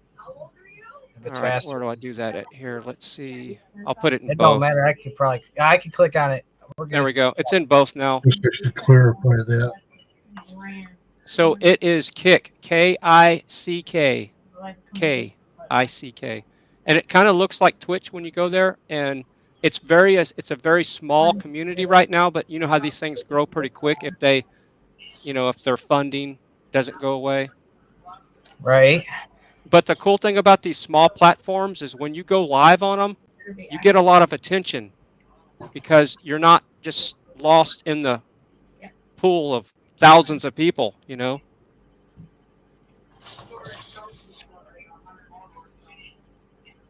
Another one works. Car. Okay. There's nothing for that. Please be cheap. On Twitch, 1 mil. Just 1 mil. basically on Prism, what Twitch did is it cut me off twice. And I had to enter that. So did they cut you off because of something you said, or it was a technical issue with your stream I think key? it's a technical issue because something seems to be going on not only with Twitch, but with YouTube. They took all my passwords out because I put some sort of they claimed that I put some sort of a copyrighted song on my site, which I didn't do. Yeah, see, copyrights is where that's just such a gray area. And that's why I like when I'm playing Poker Face, the band Poker Face, not Lady Gaga. The guy had sent me a CD when I was in the radio business here in Texas, like 15 years ago or something. I can't remember. And I just had opened up the CD and it had his business card in there and everything. I was like, I called him up. I said, "Can I play your music on my live streams?" He goes, "Hell yeah." So I got permission straight from the guy of Poker Face that I can play his music. And so I don't get any strikes from him. I don't get any strikes from Natasha Maeve. And I don't get any strikes from Color Theory. So Color Theory is kind of like he does cover songs of Metallica, Depeche Mode, that kind of stuff. And then he writes his own music.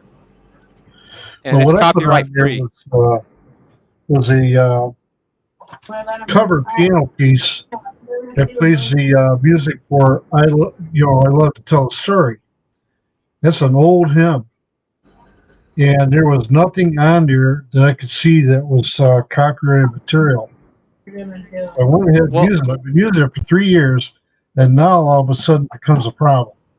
Well, a lot of the times they update their algorithms that sniff these songs, and it'll mistake the song for something else. And that's happened to me before.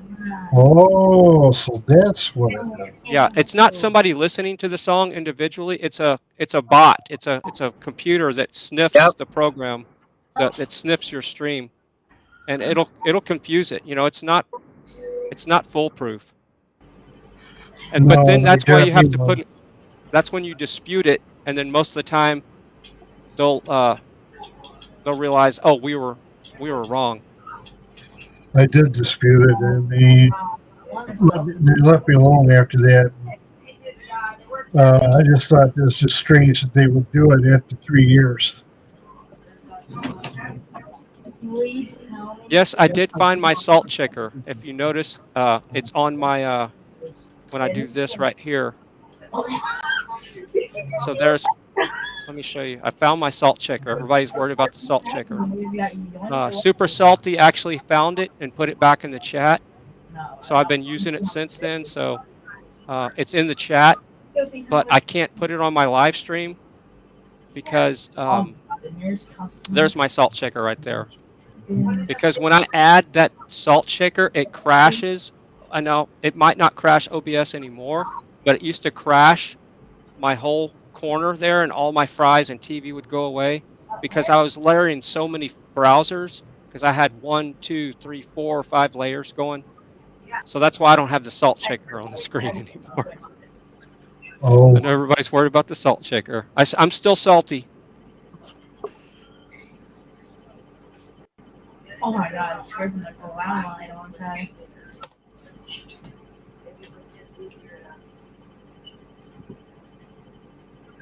Put that out. Do, do, do.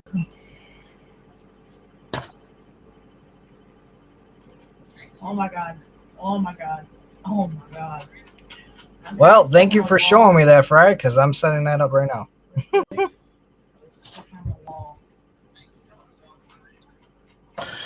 Oh, the kick stuff? Yep. Yeah. Yeah, claim your territory there before somebody steals your stuff. Probably you'd say I shouldn't even mess with OBS. I would not mess with OBS, Chaplain. I enjoy the way you do it right now. OBS would be a distraction for you. It would get in the way of your message. It's when I first started this thing, somebody sent me a green screen, and I thought, what the heck am I going to do with that? And then Gary introduced me to Prism, and I said, that's a godsend. That thing's been a godsend for me. Yeah. And it's worked well ever since I've had it. Yeah, use what works for you. If you, like I say, if you're new and you just want to get started, it's worth challenging yourself to work with OBS if you're going to do gaming or restreaming. But if you're not doing multiple screens, I would recommend maybe not OBS.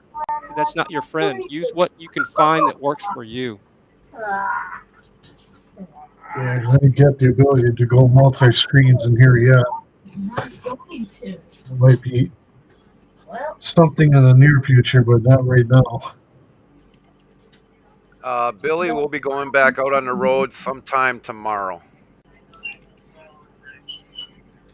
It's not worth more than The other thing, Fry, with OBS is OBS take a lot of less resource to broadcast.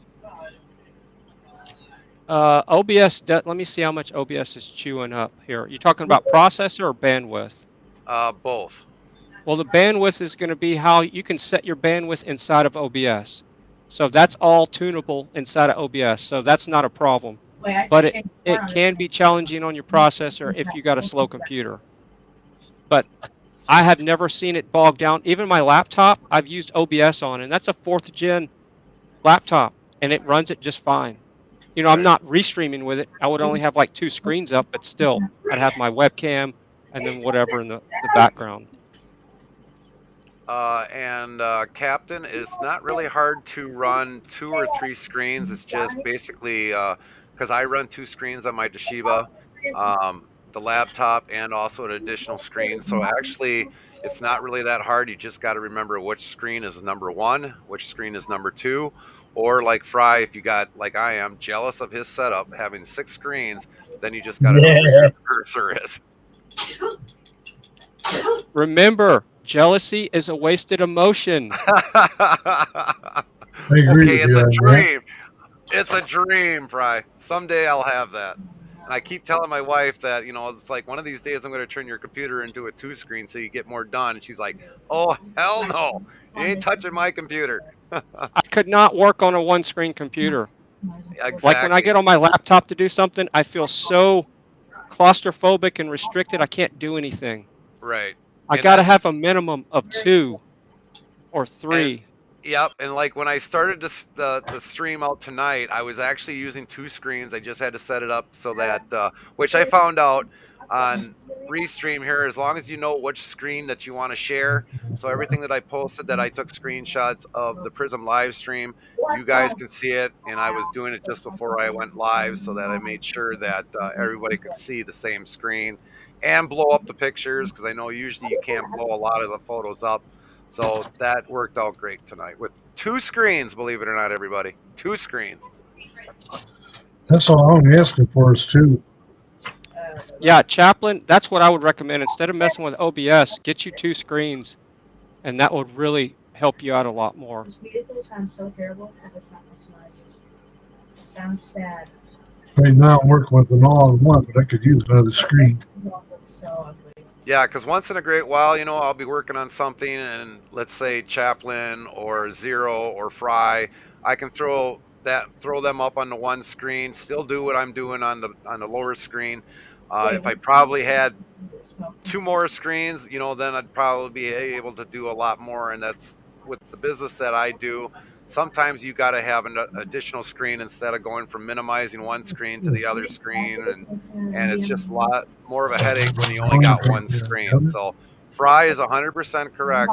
If you can't function with one screen, it's definitely a better upgrade to do it too. Right now I'm working on that studio HP laptop here. I don't have it on at the moment, but I could turn that on and have that screen on. Another screen if I wanted to do it. So it's kind of a crude way to do it, but it does work pretty good. I stopped the vehicle and went flying. I went whee! All right. I got an account on kick.com now. Yeah, I got one too. I'm just trying to figure out this verification thing. It should send it straight to your email, and then you click verify. That's it. That's all I had to do. Yeah, it's because of my username, what I'm using. So since we're talking about that, Fry, is it possible you think somebody would probably, if they wanted to take over a name, like let's say on Twitch, and do it in through that kick? You think a lot of people would start doing that and try copying a lot of the content that you have maybe in Twitch? No, I think the benefit, I don't know actually the question you're asking really, but the benefit of kick.com, it's a offshoot of Twitch. People that have been kicked off of Twitch are moving over to these other smaller platforms that are not censoring them. Right. So I don't think people are going over there to copy or anything like that. It's kind of like what's happening with YouTube, people are moving to Rumble, you know what I'm saying? So some of the gamers are moving to this kick like right here. from Twitch. Right. So, right here. and if Rumble would ever get their live streaming stuff together, I would be live streaming on Rumble exclusively. But the problem is, if you do any live streaming on Rumble, you know what I'm talking about. To set up a live stream on Rumble, you have to go through this process where you got to mail in your hair sample, and then you got to wait a couple of weeks. It's that obnoxious. You got to upload a placeholder video, and the stream key changes every time. So then you have to change your stream key in OBS to match the one in Rumble, and it's maddening. That's why I don't live stream on Rumble, and it costs $10 a month to live stream on Rumble. Whenever it's more of a pain in the butt, I would pay $20 a month if they would fix their stream key problem. Right.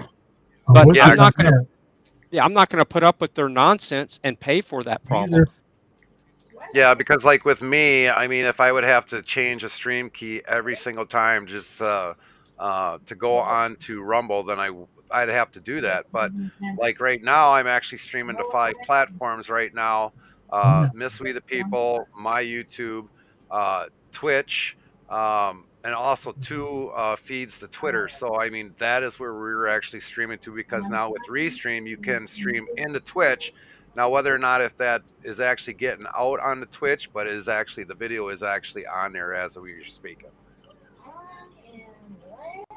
Yeah, and see with Restream, that's a benefit of using something like that.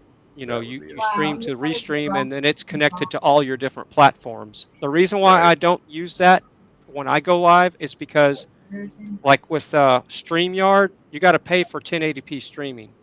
And I'm not sure about Restream. Will they let you stream out at 1080p without paying them? Actually, I think I was still coming out on 1080p without a subscription, but we've got the next step up. So I mean, we coming out in 1080p anyways. Okay. I wish StreamYard would let you stream for free on 1080p, but I know it's bandwidth. It's cost. It costs money for bandwidth. Is it about $9 a month or something like that for that? I can't remember on StreamYard. I think it was Oh, nice. 20 something a month, close to Oh yeah, 30. right, that's right. That's right. Because I'll just buy every car that I want from you. And one of the other benefits too with just Twitch, because Tommy has brought this up, anytime he's actually done a side-by-side comparison of our live stream on YouTube and Twitch, but because we're running 720p off of Prism, Twitch is actually converting it over into 1080p, so that's why normally Tommy always watches us during on the Twitch. I noticed the videos on Twitch are a lot sharper than on YouTube for some reason. Because your video is getting converted over into 1080p, chap. That's okay. Well, I'm running 1080p on this now, and actually the is much better on Twitch than it is on YouTube. Well, Chaplain, you also have to check something that YouTube does to conserve bandwidth is go to the gear and click quality. So select your gear when you're watching a YouTube channel. When you click on your gear, click on the quality and make sure it's set to the highest quality, because YouTube will lower it down to 360 and you could still not know it until you check that. And when you click 1080, it's a night and day difference. So anytime you're watching somebody's stream, make sure that's clicked off of auto, because it's going to default to auto. So click that little gear option right there. It's right there close to the share button, right above the share button. And you'll see that where it says quality, and then check the 1080p if it's available or 720. Yeah, it has done that. It has kicked it back. And that's something I had to do all day long when I was live streaming, because YouTube was constantly lowering that. Because I'm going to need some money to buy. This is just going to be the easy way to make money. Do that and get everything in the game. The Cyril. Yeah. I'm messing with this kick thing. What's up? When I was on today, you saw me earlier. How did that come through there on your computer? How did it come through? Yeah. It sounded good. Was the picture good? Yeah, everything. See? There's Twitch my has phone got right there. great quality. They sure do. I gotta say Compared that. to YouTube? Yeah, YouTube's like old compared to everything else. That's where I'm gonna go to from now on if I want to do a Fry private. got me stuck on something, so I'm sitting here playing with it. Sorry. It's a new toy, right? You know, now I'm sitting here going, "Oh, I can have my emotes. I don't have to be qualified for nothing." Ooh, I'm playing. Man, that makes me want to go in there and do it. I already did. You can find me just like Twitch, same name. Yeah, I just set up a Fry TV now on kick.com. So the other thing, telling me this 2FA though. The other thing is now, since we're talking about Kick, how would you get the streaming key and then the password? That'd be the other thing. I don't know anything. I don't know how they do their stream key setup. So it's going to be something you do. It's going to probably be a manual RTP stream is what you're going to probably set up with Kick, because Kick's not going to be built into Prism. It's not going to be built into OBS. Manually. Yeah, and that's going to be a manual RTP stream, RTSP. I have dyslexia, so I know that the other thing is like I know like LFR live streams that There's a used to do stream a key. lot. I got it right here. Yeah, I'm looking at the stream key. It's just like a manual YouTube stream key. It's right here. So you go under your profile dashboard under Kick, and then you click settings, and there's a stream tab. There, We the People, if you ever want to start streaming on Kick. Yeah, probably because like the other thing is Let Freedom Ring does also Odyssey. But the thing is with Odyssey, it's like after you get done live streaming, they only do like maybe a certain amount of time, like 20 minutes, 30 minutes. where my live streams can go anywhere from an hour to almost 12 hours, and I'm trying to figure out how, if we were going to go on to Odyssey, to get that stream key, so that, and that's probably the same thing. That's probably going to be a RMTP code that you got to put in there. But every time that I've been on Odyssey, I have never found that code. Well, if I was in your situation, I wouldn't use Odyssey for a streaming platform. I would use it to promote your platforms that you want to expand more. So, like, upload a short video saying, this is what I do, this is where I'm at. You can find us on Twitch and YouTube or whatever. And that way, all the people on the Odyssey community will go, okay, they might jump over there to see your content. But they're not going to be good for long form streaming. Those smaller companies like that are not going to be good for long form streaming like you do. Right. The 10-hour streams and that kind of stuff. So Jason asks, is there an advantage to using a stream key versus logging into YouTube from OBS? There's an advantage of logging in through OBS over using a stream key, Jason, because if you log in through the wizard in OBS, you're going to get the ability to pull up a chat window inside of OBS if you prefer that. That's the advantage. And you can also set up your live stream through OBS instead of having to log into your studio. So if you do just a straight up copy and paste stream key through OBS, you're going to have to go into your studio and do all your manual settings through your YouTube studio in a web browser. But if you log in to YouTube through your OBS wizard, then you can do all that stuff inside of OBS. I need him right now. So that's the advantage. So I don't have my OBS connected to my YouTube account because I like doing things separate. I don't like OBS to do that for me, but that's just the way I prefer it. But if you're new to OBS, I would let OBS do all that for you. So there is an advantage to connecting your YouTube account inside of OBS because it will set everything else up for you. You can do your title, your description. Do you want to go private? If that works correctly, sometimes it makes it public. There's a little bug there. There's definitely a lot of times that what I like about Prism is that all I got to do is change the setting on one of the pictures there where before you go live, and I can set the YouTube on private. And this way, you know, I can do a private video without everybody seeing it and then premiere it later on. Well, like, let's say if I'm not going to be like a week short, and then I can just premiere that out like anything else. And it's the same thing you could almost do too as well, Fry. Yep. Yeah.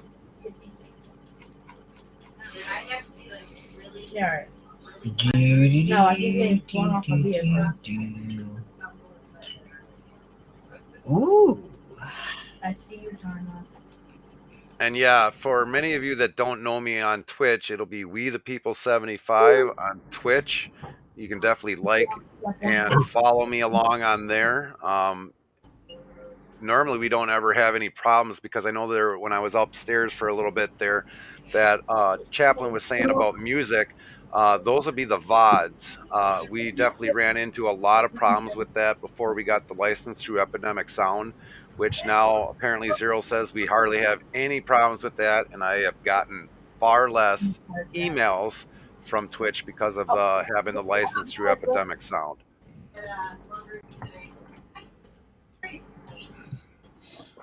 I don't even know. I can't even access the video. Well, I figured out how to get the emotes. I already got 6 in. Yeah, I just saw the emotes where you can upload them. Yeah, it's great. You don't Yeah. even have to have affiliation for this. Right. Nice. That's cool. Yeah. And believe it or not, Zero, I have not gotten to the emails on that come in for Twitch. So if I'm you're already way over the requirements. probably, but I just have not gotten to that point, you know. So I mean, it's like even for whatever revenue that would be there, I would just basically tell them, hey, just send the revenue all to Epidemic Sound. I'm okay with that, and it's the way I'd rather have it. Pay those sponsors that do the music, and that's the way I'd rather just have it set up. I would have been happy with that. Yeah. If it was that. Man, this is almost pretty much the same as Twitch. Like, no doubt. There's like very little difference. Yeah, that's what Tommy was saying. It's basically somebody that either used to work at Twitch or something. You know, kind Yeah. of like the people that left Tesla, start their own electric car companies like Lucid. Right.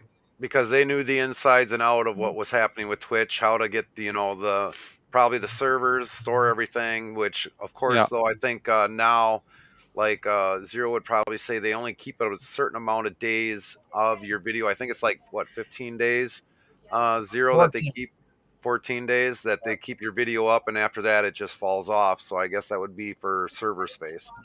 Is that on Twitch? Yes, that's on Twitch. And see, I don't use Twitch that much. We were using it at the radio station, but they kept copyrighting all of our stuff and taking they were muting our audio. Yes, they do that. And I'm like, we're a radio station. We pay ASCAP and CSAC. What the hell's wrong with you guys? Right. You know, we've been in broadcasting a hell of a lot longer than you guys, and you're muting our shit. That's where we like forget you. And even though we sent them the fact that we're a radio station and we pay ASCAP and CSAC, they didn't care. They don't even understand the language. Right. Cole just decided to whip me off my bike. And said, "Come here, Cole."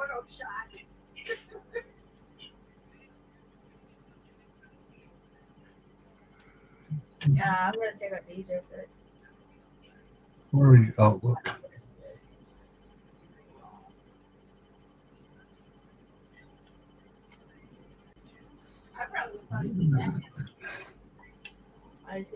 I'm doing the same thing you are, Zero. Yep. The only issue I got right now is it's telling me I need to set up a 2FA. Yeah, and I see the same thing. It says you will need to set up a 2FA for your account first to change your channel name. And it won't let you save anything until you do something with that. Let's see. What the hell is a 2FA? I have no idea. Well, it let me put my profile picture up there.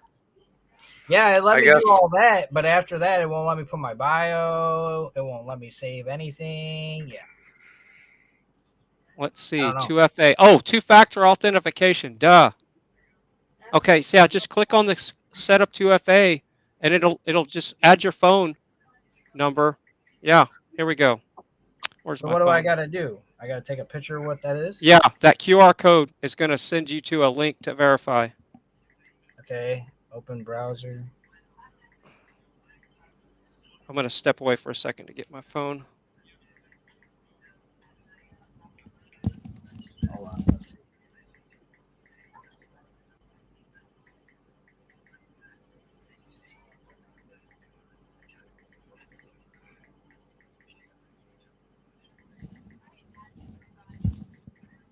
While we still have people watching, how many people are watching still?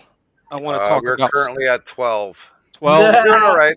We're doing all right, Fry. The tech talk is losing them. Well, at least this way, for a lot of people that are into live streaming that do get into this, at least they can come back in here. Probably what I'll end up doing is because I did change the name on here, panel discussion for Prism Live Studio and computers. So probably in the description below, everybody that was in here, whether if it was Fry, Zero, Chaplin, definitely make sure that your names are put into here. Let go, buddy. Let go. There you go. Grab grandma's necklace. Zero on them. Okay, I scan that, and then it won't let me open my browser on my phone. I'm having the same problem, so I'll figure out the workaround here. I'm working off a laptop, and that's probably why I'm able to get around that. What are you trying to do? I did all that verification stuff. Okay, you have to click on more options when you're scanning it, and then it'll ask you, do you want to open up a browser or whatever, and just select browser, and then it'll work. So when you scan that QR code, right underneath it, it'll say more options. Instead of clicking on the link, select more options, and it'll work. Well, right now, I'm on the page. I didn't have to do all that stuff. Yeah, you're setting it up different. We're using our phones for two-factor Oh, yeah, authentication. That's a little different animal there. This, yeah, you're right, Zero. This thing does look like. I got wifey over here. We'll figure it out in a minute. Well, Zero, tell the wifey to get over here. She is. Oh. Time to go boss- get the wife. Browser. The boss is taking over. Take her away, yeah. Yes, I got that's a it. 2-year-old in the freaking tub. One left, and I'll finish. Take a quick look and tell her then she can go. Here's the new boss. Yep. Open in browser and it won't go. Why? Right? You the new boss? She'll figure it out. You want the headset? Yeah? You want the headset? Yeah, you think it's funny. Well, I finished the game mode already.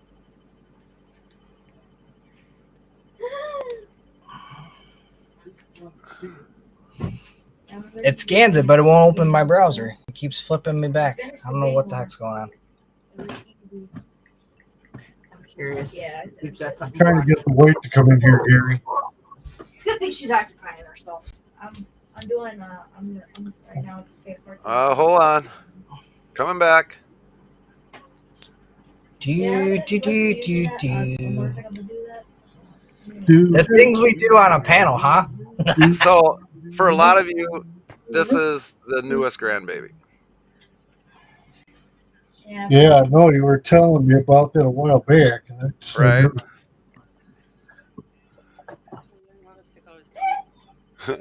Jeez, girl, stop drinking. Stop it. It's not good for your health. Come on, dear, hurry up. Here she comes. Oh my God. You see her? Oh, what a precious little bundle. You're not proud or anything, are you? Something's wrong with it. No. Oh. What's wrong with it? What's I don't know what it comes up. I'm learning stuff in school about nicotine. Oh. It's got a little drooling going on here. Set up. No karma. We're not. No, it isn't. Are you teething already? Huh? Is that what Oh it my is? goodness. 7 million. And then it What's comes the up. baby's name? He's this is Bennett.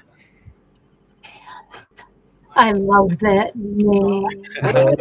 You got to pay for. No, it's free. To verify that you successfully set up the thing, please enter Precious. from the What? You didn't find them yet? Little angel. What are you looking for? Not in here. Who's on TV? Oh my God. This is what? Spending money on that. You wouldn't be in there. We would have heard that open. I Yeah. didn't hear that open. But yeah, that's our number 4 Number 4. grandbaby. Yep, number 4 Nice. grandbaby. Oh, okay. Uh-huh. Got those sunglasses on, you almost can't see. Well, I actually put my headset on him already, but it wasn't had any music on there, so it was showing him being the next one taking over the live streaming. Little precious. Oh, there's nothing like a baby. Cuddling with a baby. And, oh. Well, congratulations, guys. Thank you, Miss Tony. It's beautiful. Give me a minute, Carla. I'm putting away $5,000. Chill. You're precious. Everybody have a good night. Good night, Miss Tony. They had the puppies in there a while ago. He definitely does love my live streams, that's for sure. Because usually he'll stay awake watching them for the most part. Oh my God. Are you having the same issue I am, Fry? It won't go to the web browser? Yep, I downloaded a QR code app, and I'm going to see if that works instead of just. Okay, using so I'm not built-in the only one having that issue. Nope, I'm working on it right now. Because even the wife tried it. It won't load the browser. Yeah. As soon as I learn what the Yeah, it's definitely new if it's got bugs like that. I would imagine it being a new website, it's probably going to have a lot of bugs. Yeah. True. Yeah, I just 'Cause, got. I mean, even like YouTube, when they first started out, probably had a numerous amount of bugs, and so did Twitch at the whole time. So if it's a new website, they got to probably work out some of the bugs. So I downloaded this QR code reader from Google Play, and I just got a porn bot on my phone. It's yeah. Wow. And I've yeah. That's why it's not going through then. Have a good one. Our phones are protecting us. Night, Miss Tony. Yeah. Well, the porn bot came from the app itself, not through kick.com. Oh, lovely. So yeah, it was an ad. It's one of those apps that has ads on it, and I just clicked on the wrong thing, and boom. Whoops. Should we take a lifey? Just like my wife clicking on a site for Lucio Ball, and it ended up being a porn site. She said, "How do I get off of here?" I just click the X on the corner. So you get out of there. But unfortunately, those cookies at that time are probably still in there yet. Well, I removed them. Yeah. As soon as she done that, I said, "Let me get on there. I'll remove them."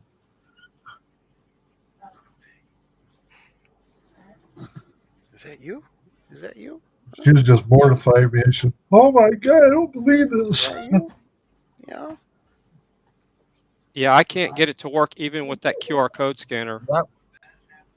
That's the only thing that's wrong so far. Yeah. Otherwise, Well, everything we else kind is of pretty smooth. got it somewhat set up, but we don't have it 100% set up. At least we got our name in there. So if it get it figured out, yeah, that'll probably be the next area. We'll probably maybe live stream too. Yeah, it'll be interesting to see how much attention that you get, on a small platform like that. Right. And I would imagine your channel would probably go really quick with only a certain amount of people on there. So that's probably a good thing.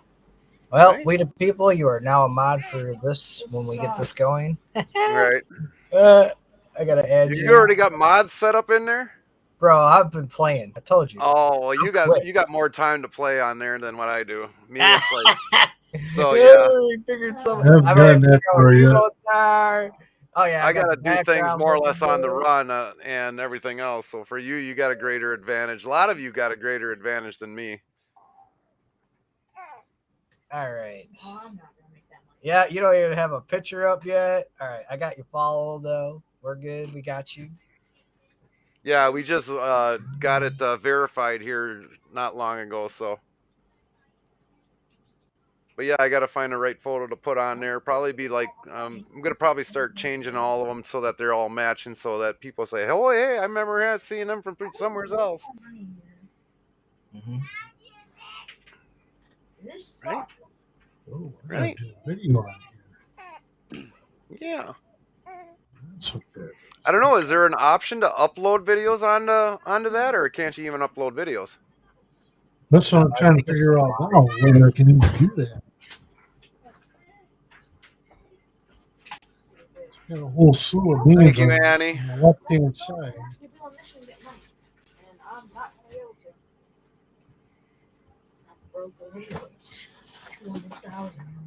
Partners at kick.com. Good guidelines. What's he still hiding? I did notice there's no notification thing. There is a setting if you want to turn it on and off, but there's like no He's really bell standing or on his anything feet. type deal. Look Fry, at I'm him. following you there too. All right, so if you're following me, then I should be able to follow you really quick then. Mm-hmm. So look at him. And We the People's also there, so I wonder if you could do recommended channels as well. I got one follower. Doesn't tell me who. It should say me. It says one follower. Let me see if I can find that in my dashboard. So let's try this. There's badges even. That's cool. Why?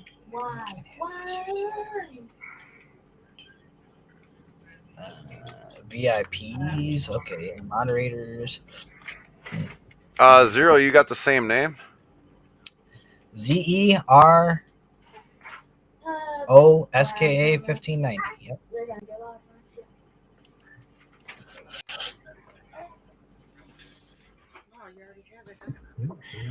Oh yeah, because we verified it. Fries So where was not- it? ZERO. SKA 1590. It's the same as Twitch. Yep. I just followed you. I got a link, so we'll just do Yeah. this. So, wow, he's already got 2 followers already. There, I just got you followed. Just now. There's the link. I'll put it. I'll put it in the. Fry TV now. We got Fry. Yep, got Fry too. Chaplin's probably working on his right now. Oh yeah, I've already got you both on here. I'm working on Gary. Let's see. Anybody else on there? I got you followed I think there. this is it. Yep. Just And a small batch of us? up. We And the this is the people I link got you to now. mine, and I just put it in the chat. So Chaplain Jethro 55. Got him. Chaplain, you're on there already? Yep. Yeah. All right. Yeah, this is definitely pretty much almost like Twitch. when you it's come like into an Twitch. identical sister to Twitch. Right. Now, the one thing that I noticed, creator dashboard channel There's settings, no way, Carly, you went 4 in a row. stream.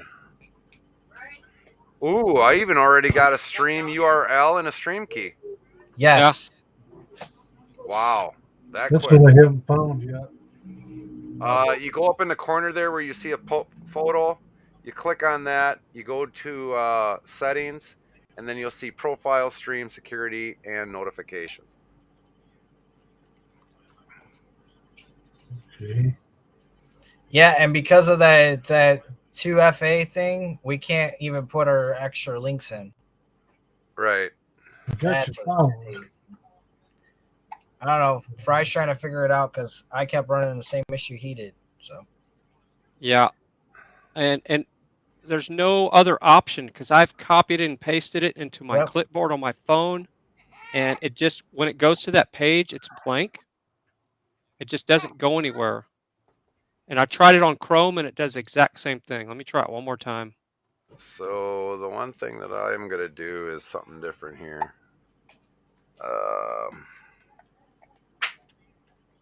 I already got moderators set up. We're about to see you break the I game. already got panels edited. The game. He's got the hiccups. Hiccups. Hiccups. Yeah, it works if you do it, right?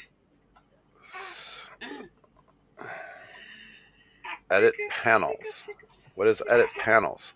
It's on the computer. If you're doing it from your computer. Oh, okay. You want a new one? Farm attacking. Yeah, he's got some. Farm attacking. He's got a little bit of drooling going on there. Oh yeah, he's teething. Dude, Karma, how do you really want to come back in here and get the glitch? So then, where do you go to add for moderators? It's in settings. Okay, settings. All right, hold on. Let me go back to it. And also remember, this is a beta site, so beta means we're testing. Ah, So gotcha. Moderator. This thing's gonna have tons of bugs. Right. Yeah, so don't stream to it now, but at least get it set up for when it hits the fan and it starts moving. Right. QR code. That is. But this is pretty much Twitch right here for me. So Karma's got a 50-50 chance to You got the hiccup. I'm going to take this link and put it in my Discord. So the guys can start looking it up. Yeah, I would imagine if they got it just up and now running, it's probably going to take a little bit to work a lot of the bugs out. I'm gonna get sidetracked. Left your pants out here. So yeah, I've Yeah. got definitely Chaplin, Zero, and Fry TV now as moderators. I haven't gotten that far yet. Now I'm sitting on my 2FA. I've already gotten all that going. As soon as we can figure out how to get past that one thing, we'd be in good shape. Right. Because I've already figured out the emotes. I've already figured out the panels. I've already figured out how to add people and add moderators. How much chips do you have?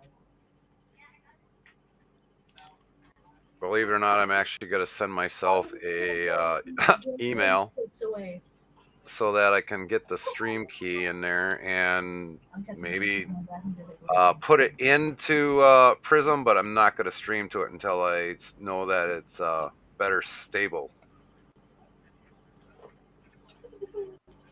I know. Yeah, bro, by the time I feel like I'm sure everybody's asleep now watching the stream. Like, these guys are just jacking with their own new toy now. Right. I mean, one of us I could talk share about our health screen stuff. All right. if they want. Some of us can share our screen. Where are you? I could do that if they want. Okay, damn it. Oh, the hiccups. Did that not save? There's no way. There, I even set myself own email, so I got my stream keys and all that, so I can actually do that when that time comes. Right?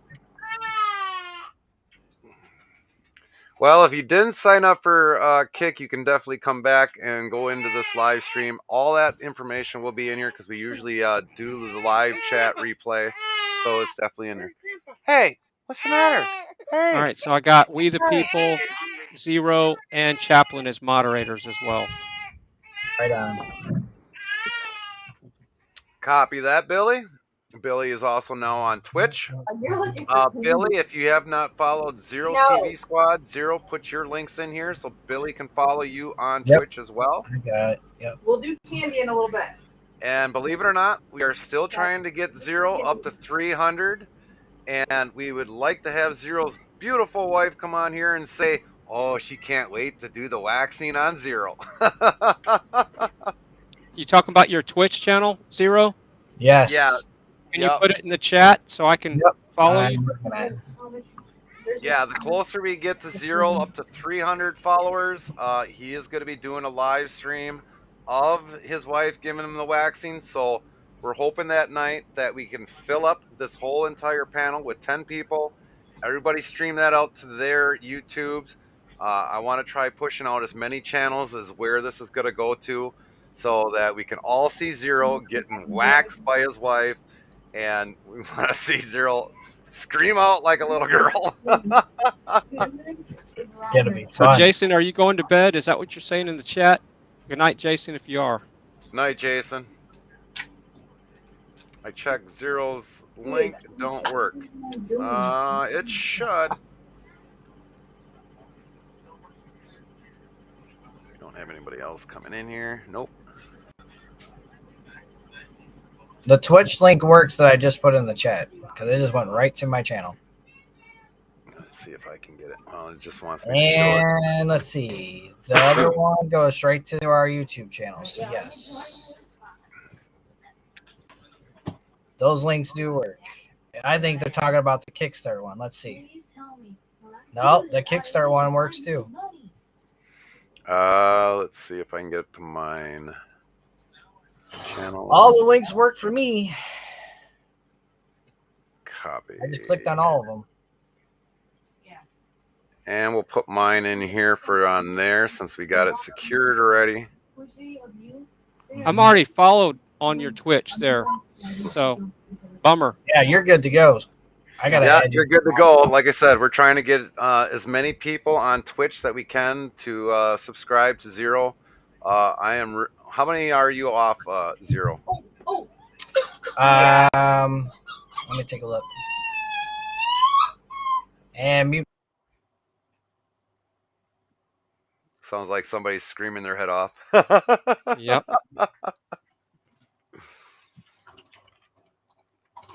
I'm going to go make some herb tea real quick so I can hear y'all, but you're not going to be able to hear me. Okay, we're at 274 out of 300. So we are definitely just under 26 shy of getting them up to 300. 10-4, Billy. Sounds good. Copy that, James. Our next stream for us is on Monday. And our next stream will be on Sunday night. It'll probably be early in the morning. We've got 3 stops to Michigan. We are coming back to Michigan. So the place that we're going to is a Tom Evans. This is a new place that we will be going to, which I have not been there. I don't even know if there's parking allowed there, so I'm taking a risk going there tonight or tomorrow night or tomorrow morning. So it's definitely going to be one of those things that it's going to be, hopefully I can park there and not have to move. So that is one thing that we're going to be doing, but we will be live back tomorrow on Sunday.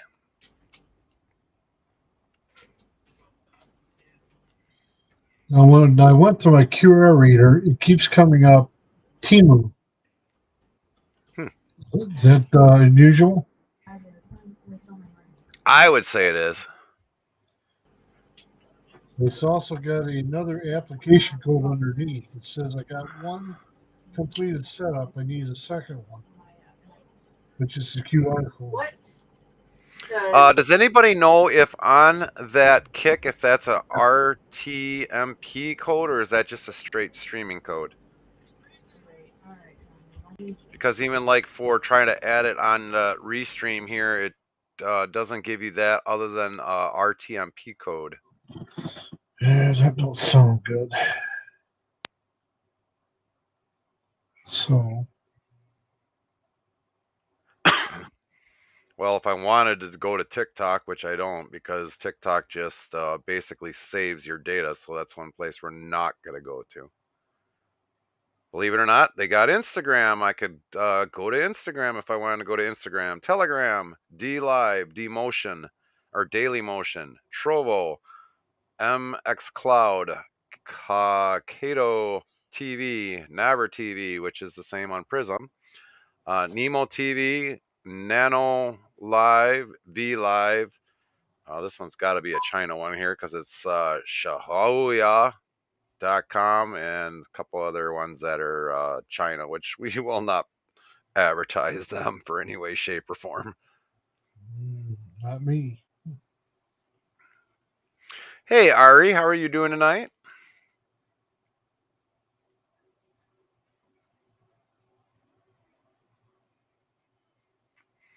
And definitely a lot of people that have joined us tonight. Definitely thank you. Hopefully a lot of the information that we have provided for Prison Live Studio and some computer technology and OBS hopefully definitely helps you out on learning how to do more with live streaming.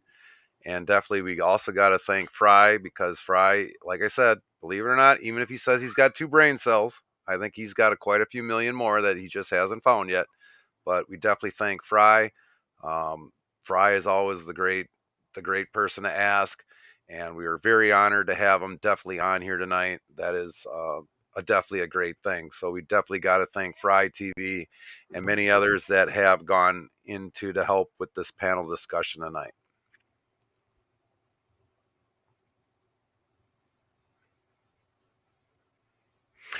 Yes, Billy. Fry does have a YouTube. That'll be Fry TV now on YouTube. You can definitely subscribe to him there. When Fry gets back, he'll have to mention if he has anything on. I think he does. I think it might be the same on Twitch, but you'll have to check that out.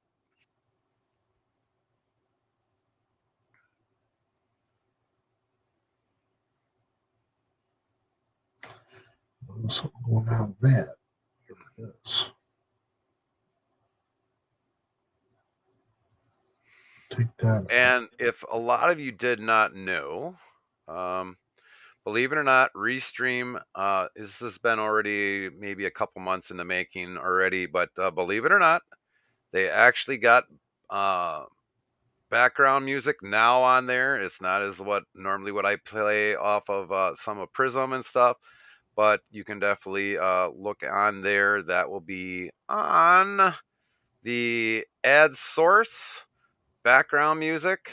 Of course, they got Christmas, New Year's, chill, down tempo, lounge, hip hop, lo-fi, chill hop, ambient, and feature pop. I've never really used any of their music. I would imagine a lot of that is royalty free. So if some of you are on Restream, you can definitely check that out. I would love to join your panel when I get my PC. Copy that, Billy.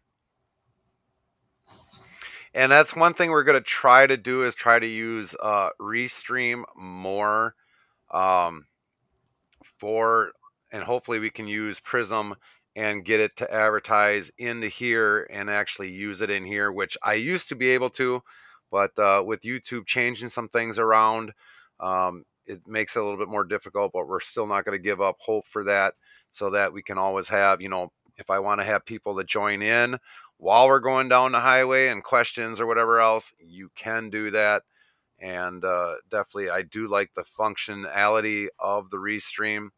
And when I'm done, basically, I mean, we can keep the stream and save it for if we ever need to go back and for anything else.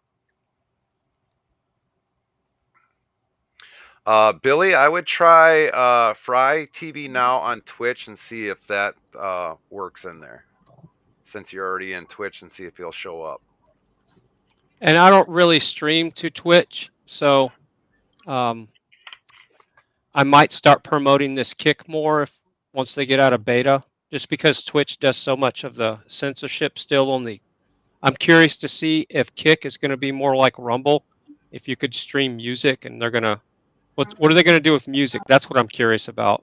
Right, right.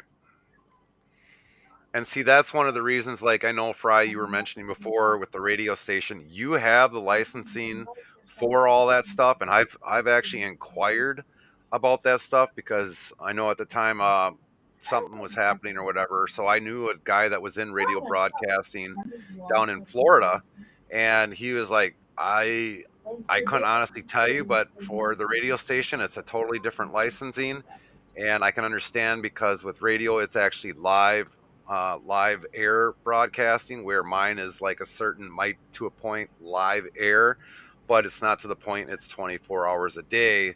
So that licensing that I found out was not going to probably work for me. So I had to actually look for other alternatives for licensing.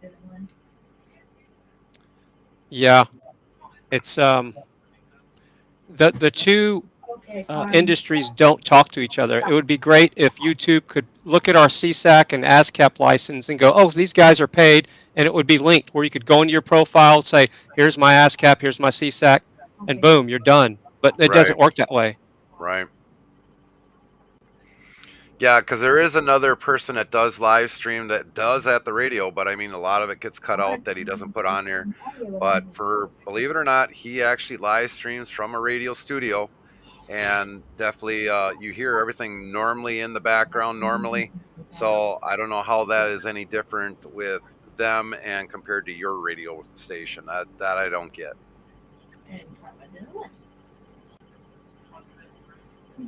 How do you win?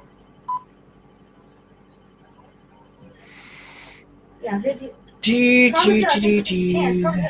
of winning. You will always win. Well, does anybody else have any questions? Fry, what's your Twitch? I think Billy, Fry doesn't have anything on there. I do have a Twitch account, but I'm not active there. I use it to watch other people. You know what I'm saying? Gotcha. So Yeah. I use it to watch other people so I can sub to them, but I don't stream to it. But you're feel free to sub me up or whatever, or follow me. Right. I can put the link in the chat if you want. Yeah, go ahead, Fry. Put it in the chat there, in case you ever do stream, then people will have you subscribed on there. Steve. It's Fry TV Now on Twitch. I'll put the link in the chat. Yeah.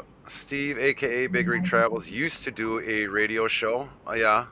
I would imagine with Steve, he probably ended up getting overwhelmed with everything that he does from live streaming and also, trying to do a radio show.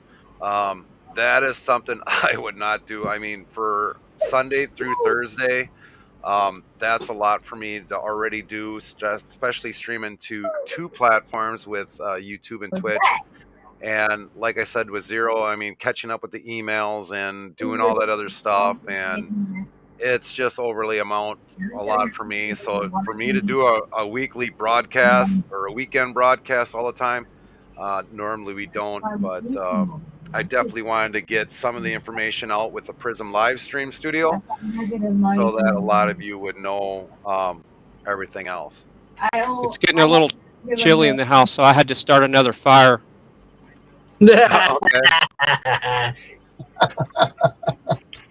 But since we are getting a little bit later, is anybody else got any questions? Because we're going to probably get ready to shut this down.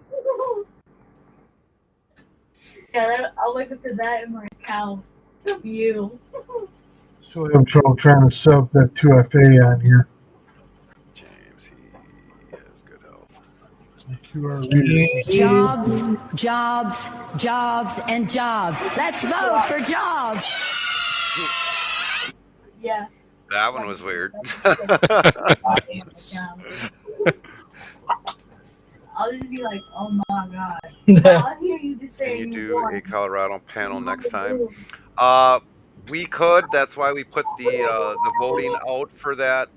I have definitely looked at the links that Wayne1234 has given me, and that's why I was kind of shifting back for when I did a poll of whether or not to do the Prism live stream studio or do the Colorado truck incident that happened.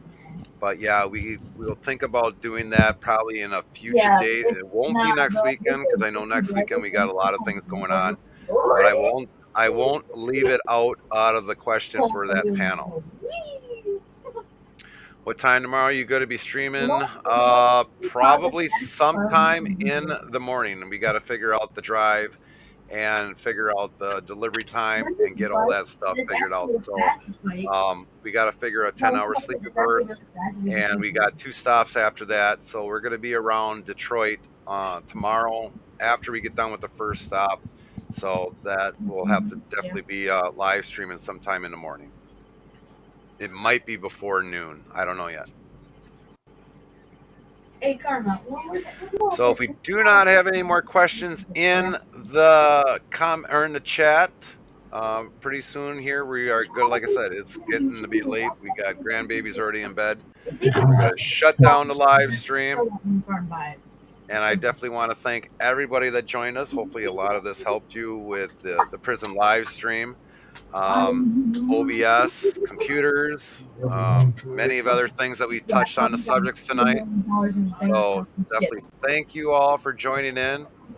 For some of you that are on the panel, if you want to stay in here and join in afterwards, you can. It won't be too long, but Gary, Ernie, delivery in Stevens Point.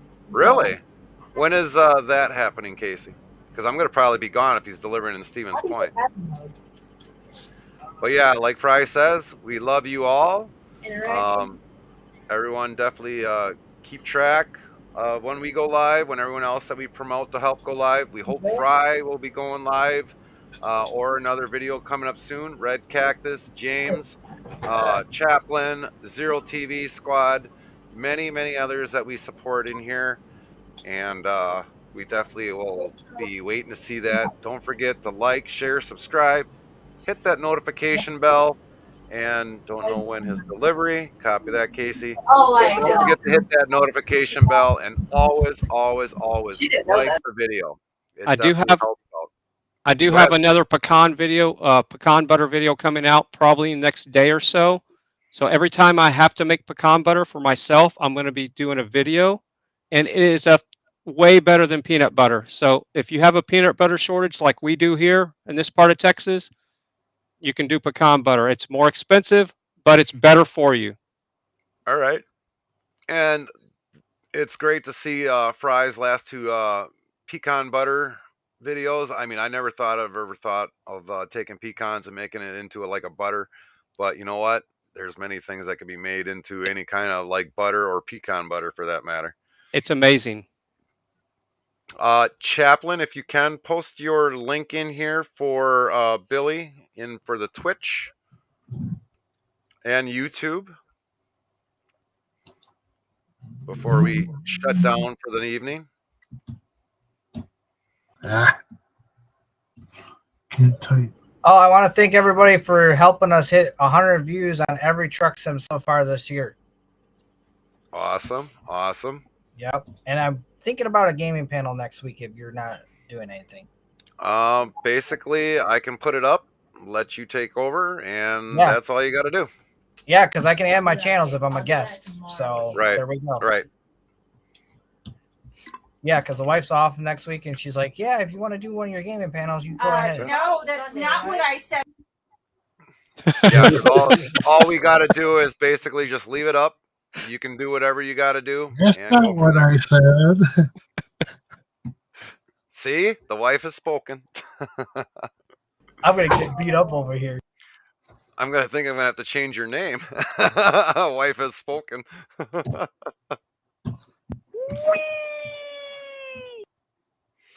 I think Robert must have fell asleep because we haven't heard You saw the nothing from hand come Robert. through. You saw the hand come through. I got left in.